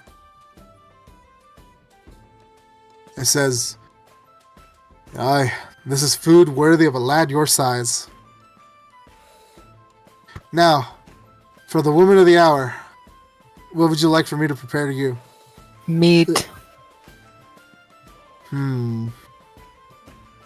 Then, if you'd like my recommendation, you can't go wrong with the champion steak. Sounds good. Has plenty of veggies, but I guarantee you, they're more than delicious enough to go That's a along meat, with not it. veggies. What is this? Just, you'll see. As Gotta he have heads some back. gravy with it. So you hear like this incredibly loud sizzling, and your stomach rumbles even harder than it did before as the smell fills your nose. Finally, after all this cooking, having already been hungry for the last 2 hours, it's finally your turn. And like with every step that he takes, the ground trembles a little bit more and more as like this nearly person-sized steak is dropped in front of you. Oh, yeah. And it's towering with like sauteed onions and leeks, some potatoes, and gravy on the side as he places it there. Here you go. Oh my god. Heck yes. I just start digging in, enjoying the meal. All right. And Just saying, I as don't such, use utensils, I'm just using my claws and my teeth. that's the help you gave him. He's not gonna judge. All right. So I'm going to say, would Cinder like something like the equivalent of coffee, at least with this meal? Or would she not care? Probably You want something booze. to walk down? Booze? Alright, so if we Booze. want... Alright, so the reason why I'm asking for specifics is because all these foods and drinks have an effect, but if you don't care about that and just want that, there's Dwarven I know my character Fire would Wine. enjoy like the booze. So heck yeah. Alright, so there's Dwarven Fire Wine, which gives a resistance to poison and cold damage. There's Dragonborn Death Waker, which is like really hard liquor and sweet fruit that gives resistance to necrotic damage. Let's see here. There's the Lucky Halfling Cocktail, which is a mix of liquor and tonics. Comes out of dark green. And it's chilled with ice magic to freeze like the topmost layer. Which at some point you can reroll ones. And you have advantage against becoming frightened. Then there's the Elf Fey Wine, a fermented mix of honey, crushed flowers, and a secret ingredient that, even to you, they don't seem to be willing to share. And the effect of that one is you have advantage on gaining charm effects, and you gain dark vision if you don't already have it. Sounds good. So which one? That's why I've been telling you what they are. I still don't know. Like, I don't think I really care about the dark effect, so the other one. So the fire wine. Yeah. Description: a dark red wine that smells of a pleasant ash and burning wood. Yeah, that sounds good. Alright? And he drops like a mug the size of your head right to the side of the steak, though it's almost out of reach with the size of the steak. Oh, sounds like Cinder- a good freaking meal. Cinder just like mid-chomp, doesn't even say anything, just looks up at him, gives a thumbs up, and then goes back into the steak. Alright.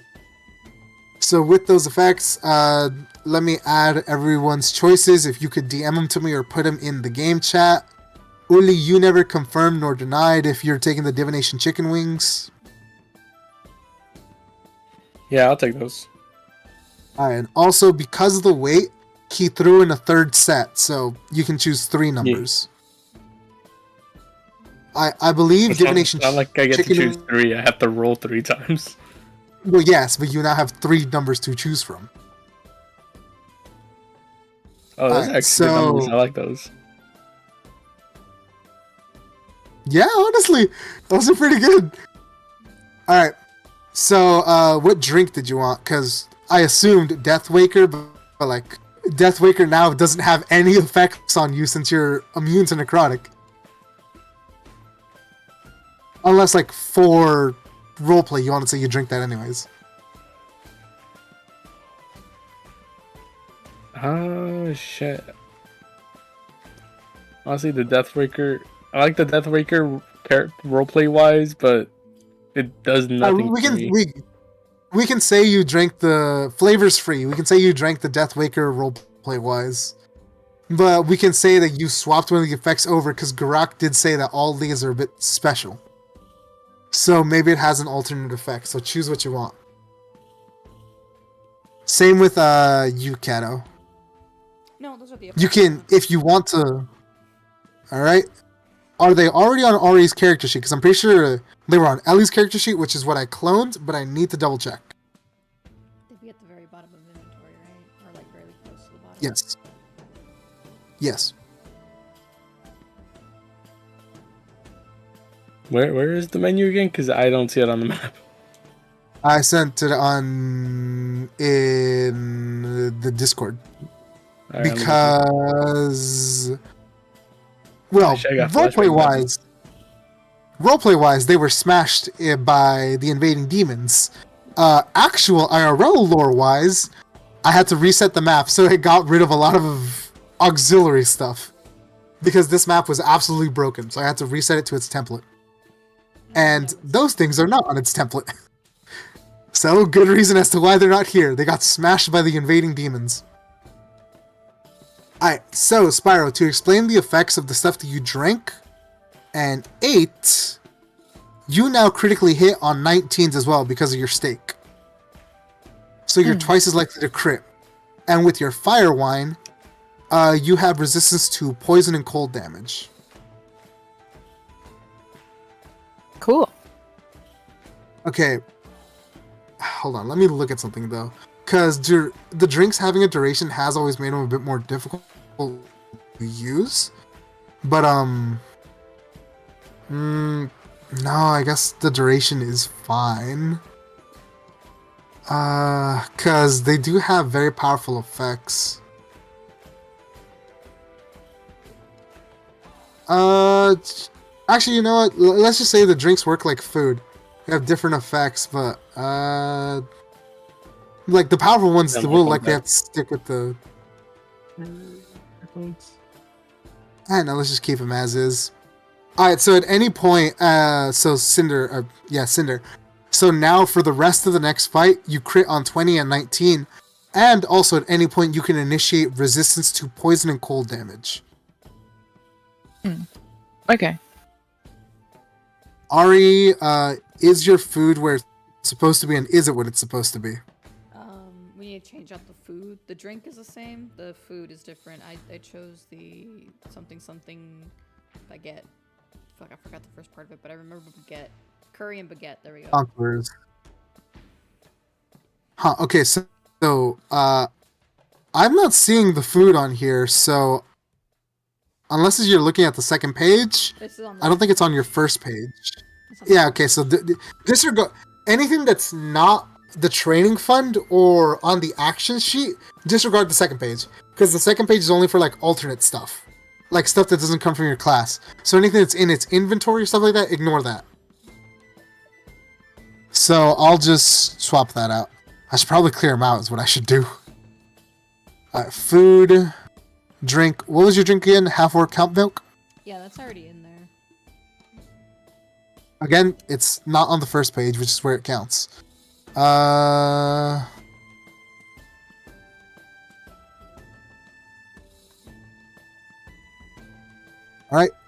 And then you said Conqueror's Baguette. curry and baguette to be exact.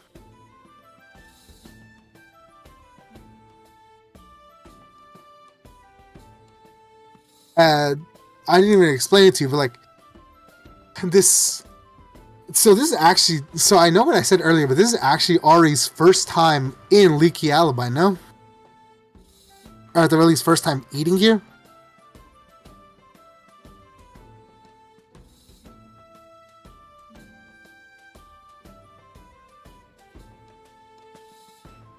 Shadow? Probably. She left us. Okay, so I was wondering. Wait, what? Fey wine. All right, I did not choose. let me take that. Oh, you chose Fey. He chooses Fey Wine. Also, we couldn't hear you for like the last 30 seconds if you had been talking.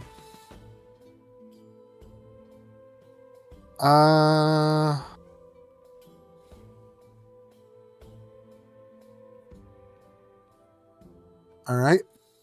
See, I'm pretty sure you would have taken the gnomish one if you didn't already have that effect covered.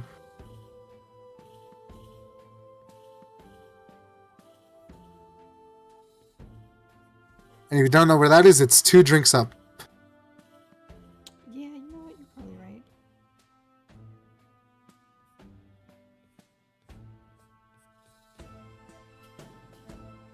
Alright. Oh, Fey Wine. So, for Aurelia, as you're eating your chicken wings and taking sips of your Death Waker, it tastes like it usually does, but there's a difference to it. There's a hint of honey to it. You're not sure you like it, but it's not unpleasant. As a mirth-filled feeling seems to flow through you, but you disregard it as you pound the rest of the drink and finish food. Alright, so did you write down your numbers or no?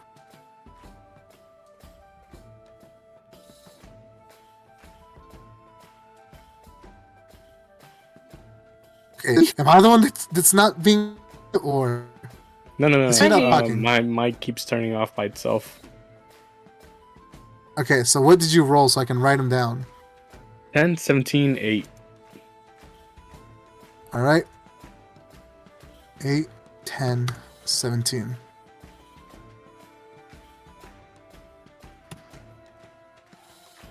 Alright, those are your next divination type numbers. Alright, so arguably the hardest hitting person in melee when it comes to melee in the party, crits twice as often now. Uli can change fate better than he could before, and if I'm not mistaken, the tankiest person in the party returns damage every time they're hit. And a good bit of it too.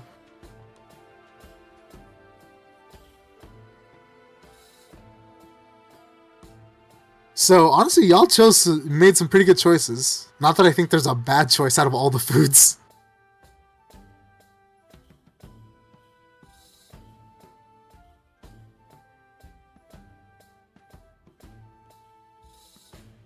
Alright, so while y'all are scarfing down your foods, let's say you're mid-meal, somehow Cinder having eaten half of her freaking 50-pound steak at the same pace that y'all have eaten half of your normal-sized meals. Y'all converse or just sit silently as the rest of the party either huddles around on benches close to you or have their own conversations. Adavia and Trevor swapping whispers. Nullis and Nylari actually seemingly bringing up stuff to each other in conversation. All the while, though this place is pretty full, somebody like Peria would stand out, but nobody's seen her as of yet. She seems to be very purposefully avoiding the rest of the party.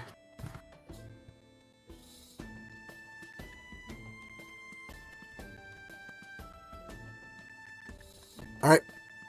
So while y'all guys choose whatever you might do, I'm going to gather the potions that are Cinder's compensation.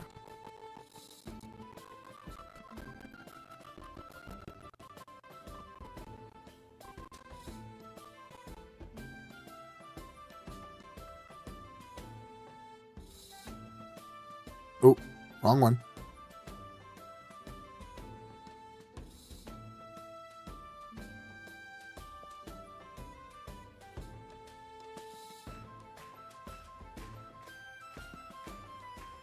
We're just gonna be scarfing down food in silence? Son of a whore.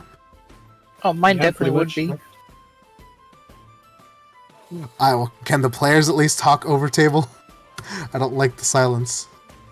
That's too bad. You're gonna have to live with it. What's wrong with comfortable silence? The fact that it's not currently comfortable for me who's typing stuff out.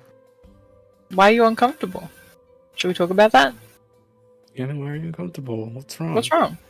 Because I feel like I'm failing as a DM if y'all are quiet. No, man, I'm just staring into Cinder's. I'm just staring deep into Cinder's eyes while I'm eating. Aww. Yeah, I'm pretty sure Cinder is 3 inches deep into that steak of hers. Oh, yeah. Yeah, you should be 3 inches Probably. deep into something else if she asks nicely.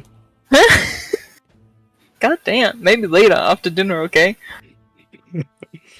Pretty sure at least one of you doesn't have the parts anymore. Could fit something somewhere. Alright, well, for the sake of my sanity, I'm ignoring that.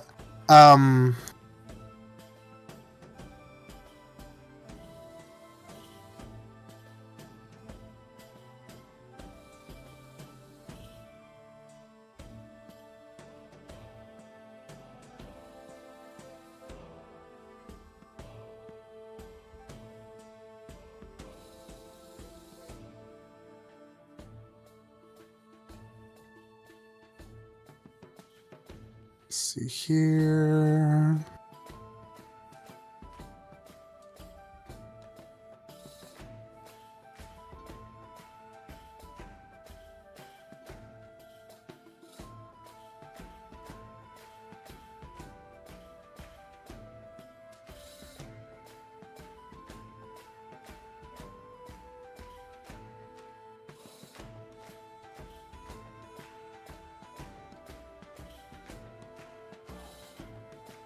All right. So, as you guys are nearing the completion of your meal, the rest of the party having either already finished their meals or just about finishing alongside you all, and getting ready to go wherever they might be going,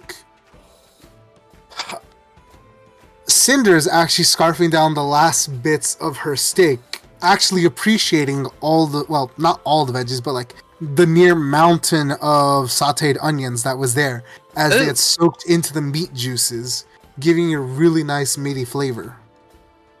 Okay. Before finishing the last bite of her steak, as her body's like noticeably slightly bigger from having eaten so much. But what's her reaction when she's done anyways? I guess just like a big ass sigh, and then I'm like passing out from like the food coma that I would be in, and then ready to go to bed. See, what I thought you were gonna say is like little toothpick on the tooth and like, I could go for dessert. Num num. Alright. So with that, Garak walks up to the table, takes the plate, though he seems to be struggling to pick up even just the plate by itself with one hand, and places like a fairly sizable bag in front of you. And he says, here you go. Compensation for all the help, as well as, well, let's call it overtime, because we normally don't get that many customers. Though, to be fair, half of them were brought here just by tale of your performance. As you think back to all the tricks you were doing and realized, As like you look through, he explains to you and tells you what you see. As within the bag there are 2 elixirs of health, 1 ultra potion of superior healing, 1 potion of growth, 2 flasks of basilisk oil, and 1 elixir of resistance. Now, if you have any questions on what any of these do, feel free to ask me. Though I did attach a note within the bag, should give you the basics. Trust me, all of them are useful for at least something.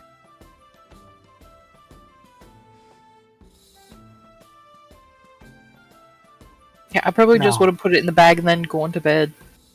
Yeah, and kind of sleep off the little food coma. As he's explaining all these things to you, about to like dump his love of alchemy onto you, he notices like you're trying your best to look at him, but your eyes are glazing over and you're nodding off as the food coma nearly takes you out. And he says, "We can talk about it another time. I'm sure you'd love to go get some rest." Mm-hmm. That was one hell of a meal. Well, you're welcome back anytime. Though, if you want something like that again, well, you will have to work for it. Alright, and with that, I'm going to say, if anyone doesn't have anything specific they want to do, we're skipping forward a bit in time here. Everyone's going to go take their long rest or whatever their equivalent of that is. Or does anyone have anything else they want to do before then?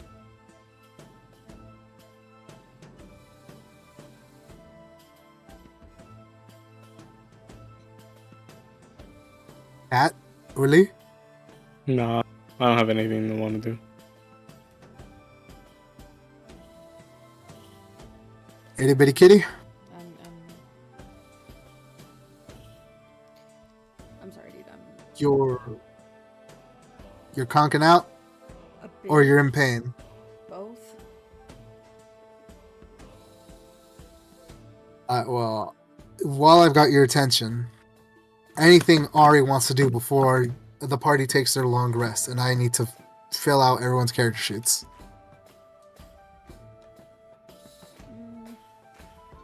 No, he's just gonna finish eating his food, maybe ask for seconds, and then take a nap.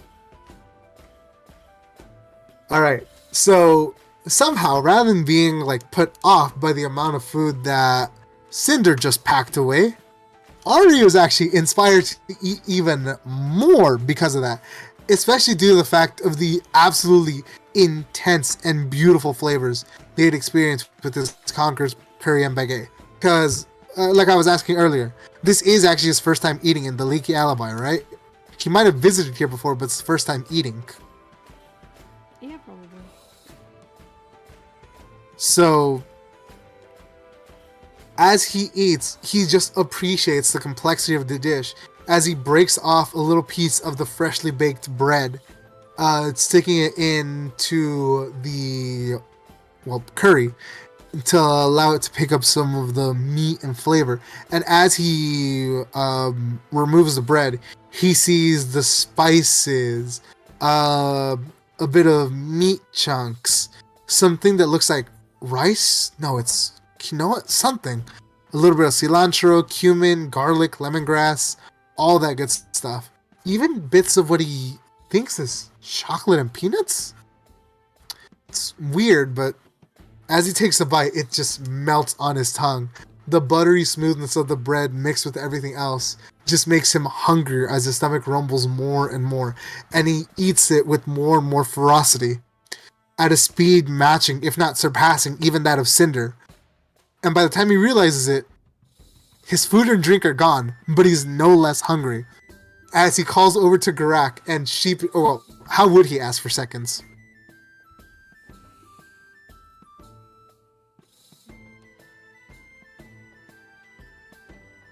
I think I put her to sleep. No, I'm thinking.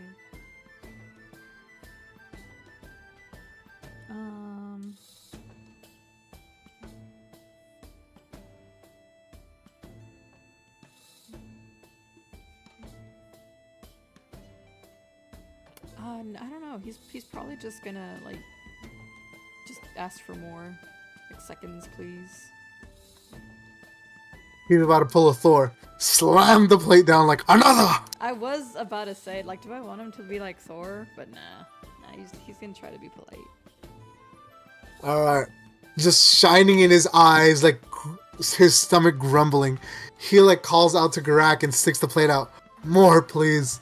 Garak, about to say something, looks at his eyes and, like, appreciates the fact that his cooking is being acknowledged. So he brings him an extra large plate, a second baguette to go with the other one.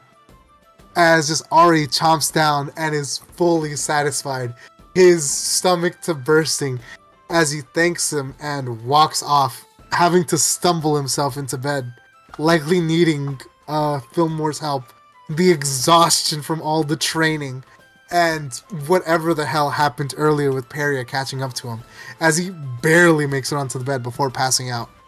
The same with Cinder, bro. She was considering just like stopping, dropping, and sleeping right where she was, but she's like, nah. Her bed sounds nice right now. What does Aurelia do? Because like their sleep was interrupted by the scream earlier. So what happens with them? About like after eating and everything, do they go off to sleep? You're getting a long rest anyways, but like what do you go to do? Because these two overate and put themselves into food comas. I'm gonna just go lay down. I ain't got shit to do. I want to get out of here. I don't want to be around Elaine. She's not here. Or do you mean Firejolt in general? Firejolt in general. Okay. Alright, so with that, everybody just stumbles off into their beds, and we're time skipping a bit here so that we don't spend too long. Alright, so what happens from here on is essentially if y'all chose to do any training aside from the one that Ari already did, buying any items, yada yada yada yada, that takes place within the next following few weeks. As every time you guys return from the arena to Firejolt, you're able to stay longer and longer due to time dilation. So because of that, you essentially have the time to go practice your moves. For Aurelia, it's researching new spells and getting acquainted with their items. For Cinder, it's trying out more new foods. Maybe not volunteering in the kitchen again, but like maybe learning a recipe or two, as Garak teaches her that special drink blend, which I'll put on your character sheet, something that Cinder alone will know how to make. Ari gets to do more training with Fillmore and whatchamacallit, Vakken. However, Cinder and Trevor go alongside with her, as for some reason there's this fervor in Trevor's eyes. Something is pushing him to, well, push himself incredibly hard, as he asks Cinder to be his training partner. I'm going to assume Cinder agrees, but does Cinder agree? Yeah. Because if you remember, Cinder actually has some training, which we talked about a while back, as they actually do joint training together, pushing themselves further and further. Once Aurelia himself is satisfied with learning the new spells and, well, rewriting whatever is in his spell book, as well as what his go-to spells, or what their go-to spells would be, they themselves actually think, you know what? Some training wouldn't be bad, as a lot of the other members of his party have been spending their downtime to do so. So he finally goes to spend that training fund. Uli, give me a Constitution saving throw. Because there was something written that neither of us read, but essentially with only a single, for every downtime, you can only learn one fighting style without consequences due to the physical exertion. Every single time you learn a fighting style after that, you have to roll a fairly high Constitution saving throw to not gain a point of exhaustion. I don't know if you passed or failed. I'll let you know later. Though granted, it'd be negated by the current long rest, just depending on how far you want to go. how much you're willing to risk it to learn more stuff at once, essentially. The same happens with stats. You can only learn a +1 to a stat at once without risking it, but then every time you want to learn more to that same stat, you have to make a save. Like, it's higher every time you do it. Just food for thought. So the entire party goes to take advantage of it. As at least at some point or another, the entire party sees each other training with either Vakon, Altair, Millie, learning spells, cantrips, fighting styles, improving their stats as they were, until finally the last day arrives. And, well, you're nearly a completely different force as you were from when you arrived, as you're all decked out in new magic items. Some of your weapons have elemental coatings, new potions, completely different setups, skills, weapons, all of the above. You are a infinitely more formidable force than when you originally entered. As from here, we'll end the session, starting with the next session, the last quote-unquote day you'll be spending in Firejolt before heading to the new area. If anyone has any changes they want to make to their character, items, by the way, which, explaining new stuff, there are grenades you can buy now with Garak. Potions are fully fleshed out if anybody wants to try grabbing some of those. There are new potions. There are BG3 style elixirs with effects that last for an entire, essentially until a long rest ends, or until the next long rest ends. And at the blacksmith, there is now a new service, which is material coating / replacement for your weapons, which only really applies to weapons, but essentially how it works is he has gotten a new shipment of items throughout this time, and as such, he can either modify the material of your weapons or put on a coating on top to grant its effects. And what they do is, depending on the creature type, they do an extra 25 to 50% damage and or have a special effect. Like, for example, what am I thinking about?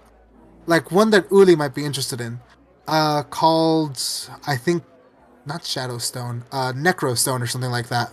If you put that on a weapon, it gives an extra 50% damage against plants and can't be restrained by any plant-based, restraint, because the necrotic energy emanating from the material of the weapon rots away the bindings. Stuff like that. That's for you guys to look into if you have any interest in that.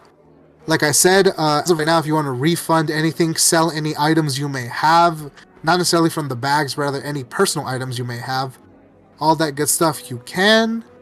Or if you want to refund and redo anything that's in your inventories, feel free, because the moment you guys leave this place to the final fight, it is permanent.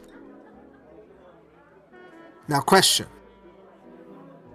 Like I said, it will likely be possible for me to do multiple sessions this week. Does anyone want to try again this weekend, or save it for next week? Probably next week for me. Yeah, I think let's wait, because for Spiral and Josh, and then who knows if Kat's gonna be okay by tomorrow. Alright then. Then I shall see you all next week. It will be your final day in Firejolt, and it will be the start of round 5. So any changes you might want to make to your character sheet, additions, subtractions, whatever, let me know before then. Alright. Sounds good. Alright.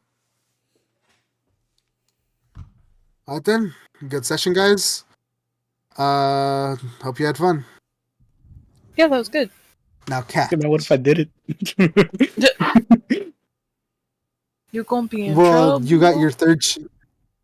You got your third set of chicken wings as an apology. Alright, well, I'm gonna If you didn't have fun. and close this and hop off. Wait, hold on. Before you hop off, Kat.